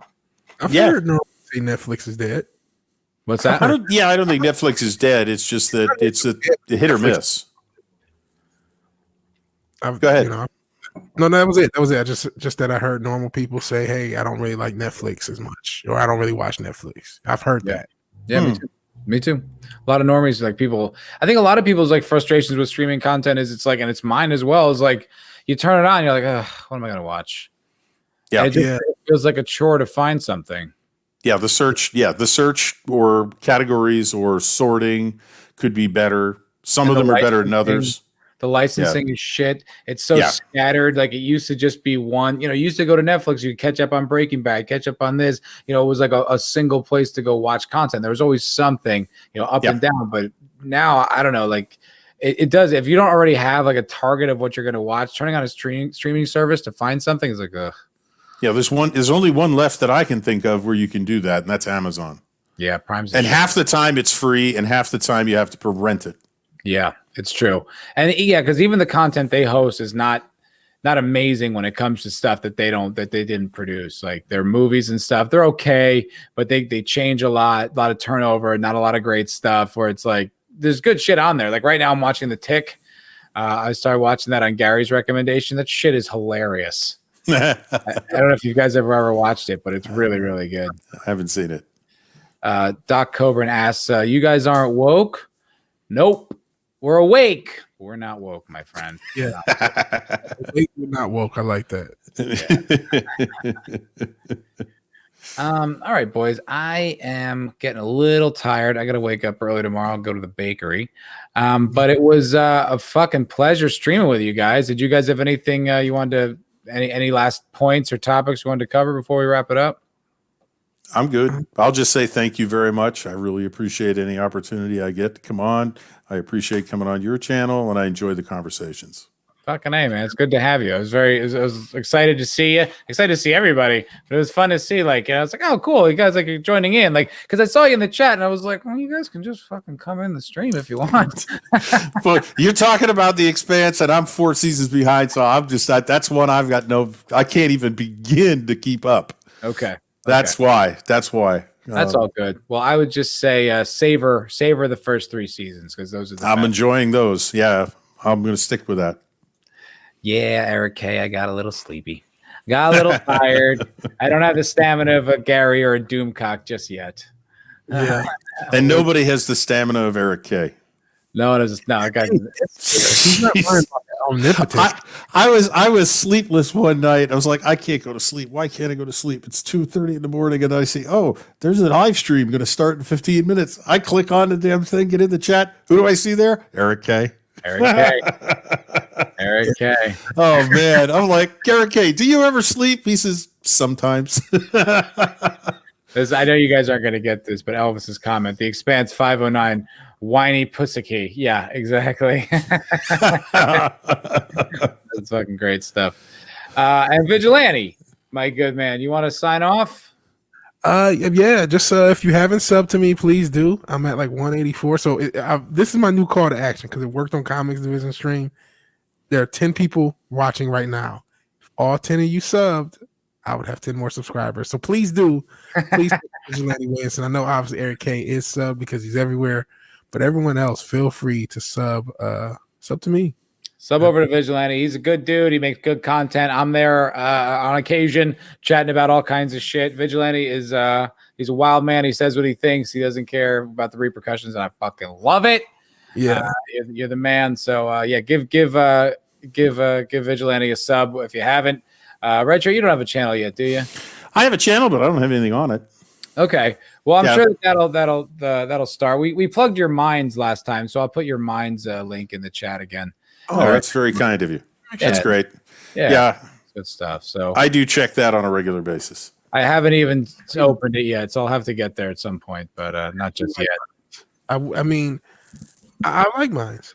I kind of like the fact that there aren't that many people on it, which it's not really good for social media. But it's like all your friends are here. It's almost like your friends at the lunch table getting into the lunchroom before everyone else, sort of thing. Okay. Exactly. Yeah, it's like we got the two big tables by the windows. I like that a lot. That's great. And as for me, this is the MFer Cocktail Lounge. Gonna be doing this every Friday night, starting at 8 p.m. Pacific time. Kind of a follow up to FNT, not really, but kind of is. So come check us out. I'll be here every Friday night. Hopefully, have these awesome guys on there. And I'm gonna start after the Expanse is done to keep the routine going of having people check out the channel on Tuesday nights. I'm gonna be revitalizing my old show, Matt's Obscure Movie Recommendee Show, where I'm going to do live streams focusing on like lesser known movies and television that I really enjoy and hopefully will turn people onto and discuss passionately. So keep an eye out for that. And and here's a Red Shirt's Minds. I'll put that all in the description so you guys can check that all out.